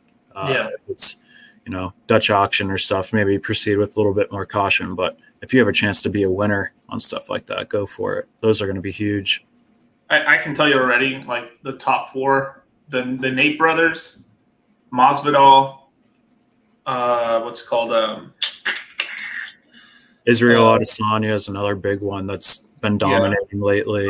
Connor and Masvidal are probably going to be the fucking LeBron and Curry, basically, I think. Yeah. Well, Connor will be. Khabib. Yeah. Khabib will be. Oh, Khabib as well, right? We'll see if these guys even have stuff because they're not even fighting anymore. I mean, Connor's going to be done. Khabib's done. So we'll see if they'll tap back into stuff from prior years to make stuff, or whether it'll be just guys that are in the league now. But did you see that the UFC signed that deal with Crypto.com for $175 million? You see the fighters got 0% of that deal? Uh-huh. That's insane. Dude, I'm telling you, bro, it's like $175 million. They got 0%. They got $0 from that deal. So dumb, dude. Like, I don't know. I just hope like, I think Alex and them could have I think Alex Mashinsky from Celsius could have probably done some crazy deal, but I think what's going on is it's probably Alex Mashinsky from Celsius is too busy getting ready for the Series B and all that other stuff that's going on with Celsius right now, because they have some big partnerships. I mean, they're going to crush Crypto.com basically, but that's the only weakness I've seen with Celsius is man, they just need to fucking make some of these deals. It's basically one of the best things they could do is as sad as this is, they would be really better off if they could get a deal with if they could close out Robinhood crypto for yielding. That's if I was Alex and I was in Alex's shoes, I would be right there on because here's some big shit. So PayPal in a couple months is going to allow you to take their crypto off of when you buy crypto on there, you can start taking it off Coinbase. Wow. Yes. Really? Wow. And watch it. This was talked about maybe about 3 weeks ago, a month ago. Robinhood announced that they are going to make a separate app for the crypto. They're going to take crypto off of the main Robinhood app. There's going to be a Robinhood crypto. Woo! That's big. That's big. And if whoever cements that fucking contract to yield on those assets, that is money right there. Yeah. That is pleb money. Dude, Robinhood goes public tomorrow. They got their IPO launching tomorrow. I think what they're doing is they got that thing in the back pocket saying they're going to announce it. So it's I think what's going on is if they IPO, they're launching and everything, then they got another growth factor there with the crypto. Yeah. So I think that's what they're doing. They've got a couple bolts in the chamber, to make sure it can pump. True. Man, that's two amazing pieces of news there. PayPal and Robinhood. Because Robinhood, they were saying, I can't remember the percentages, but they got some disgusting amount of their revenue via Dogecoin trading and activity via Dogecoin over the past few months. Oh yeah, I mean Robinhood's smart with that stuff, but I mean that's one I knew from a long time because I had a lot of Doge back in the day, and I saw it get added to Robinhood, and I was like, why would they add this coin? You saw Doge get added? I saw Doge get added, so it was so crypto got added to Robinhood. I was like, oh, cool. This is 2018. Whoa, that's really cool, right? And it's like, hey, yeah, we've added coin. We've added Bitcoin, Ethereum, Litecoin, Ethereum Classic, Bitcoin Cash, and Dogecoin. Just randomly, all the other 5 or 6, understandable. Yeah, they get added all the time. The only coin under $1 too. Right. I was like, what the fuck? Why would they add that coin? And it just made me think I'm gonna pump this thing one day. That's literally my whole thesis for Doge. I was like, I had 6 million Doge, and eventually I just capitulated and sold it. That's another fucking L right there. That's another L. Yeah. That's my biggest L. I bought 1 million Dogecoin for $3,300 in November of 2020, and I sold it in around the time of the GameStop stuff, and Robinhood just lost you again. There we go. And I sold, so I bought 1 million Dogecoin for just over $3,000 in November, and I sold all 1 million for about 12 grand in September when Dogecoin was 3 cents a piece. Yeah. And I believe it was like 3 cents. And a perfect trade, my $3,300 would have turned into about $600,000 or $700,000 in the span of like 4 months. Damn, just imagine in Kentucky. Yeah. So that's been one of my biggest L's. But that's the thing, you only have L's in crypto and NFT land if you're participating in the market. The biggest L you can take is if you never get in. Right. Yeah. I mean, it's like you ain't in crypto if you haven't lost the opportunity to make millions. The what ifs. The what ifs. I mean, it's that whole shit. It's like, I've lost more money than you've made in your life, bro. Like, you can tell that. That's legitimate, Yeah. Gas. Well, Anorak, where can people find you, man? Thank you so much for going this long. I know it's really late over there. It's like, I think you're 3 hours. No worries. I'm staying up. I'm going to watch. I am surprisingly going to watch the Slovenian basketball team here starting in about 20 minutes for the Olympics. Luka Doncic. Did the U.S. really lose? No, they beat Iran yesterday, but they did lose to France. Which France is usually a pretty good basketball team in the Olympics. They have some NBA players on the team. Like, they have the defensive player of the year. Well, Rudy Gobert is on the team. But I'm staying up to watch Luka here. It's midnight on the East Coast, so I'll be watching that. I may or may not have a couple bets placed on Slovenia. But anyway, if you want more of this degeneracy and NFT talk, you can follow me on Twitter at NFT_Anorak.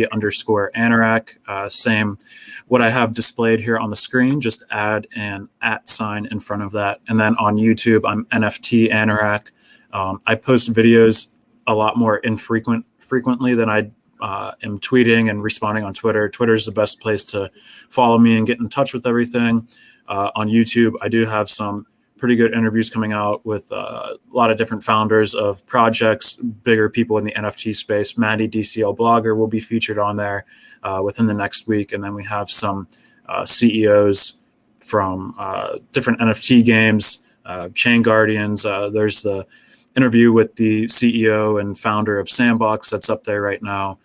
So there's some good stuff on the YouTube page. You can also, if you don't want to watch the videos on YouTube, I just very recently created a Spotify app and Anchor if you just want to listen to the audio. So everything that's found on my YouTube page, if you're not interested in watching the videos, you can find audio-only versions on Spotify and the Anchor app.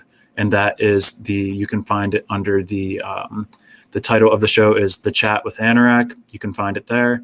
And then the YouTube page and the Twitter as well. So tons of different stuff going on and more to come over the next month here. Whew.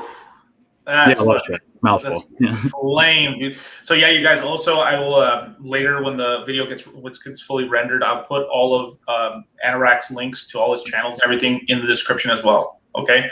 So yeah, you can follow me, Dollar Cost Crypto, on Twitter and everything else like that. Everything is Dollar Cost Crypto.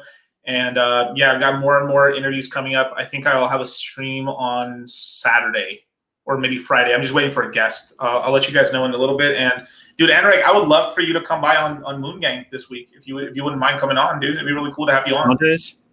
Yeah, Sunday. Usually, dude, I love tuning into the Moon Gangs though.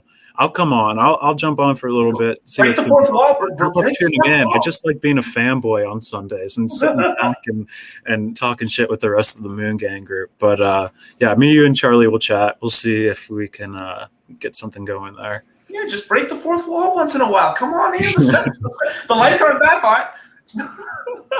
Alrighty. All right. Well, you guys, hey, man. Dude, this shit was awesome. I hope you guys got you guys really wrote that. Go rewatch this video, hit the like button and stuff. Make sure to hit the notification bell, hit all, because if you don't hit the notification bell and hit all, YouTube sometimes, like, I don't know if you noticed this, Anorak, you should probably tell people to do this on your channel, is when sometimes people subscribe to you, your channel will get unsubscribed. The only way that doesn't happen is if they hit the notification bell and hit all. Okay. That keeps them subscribed. It's such horseshit that YouTube is doing that, but it just is what it is. But yeah, you guys, there's some serious alpha in this stream right here. What we were talking about, like, go back, listen back to this, man, and you guys will, you guys get quite a lot, man. All right. So see you guys. Peace. Peace.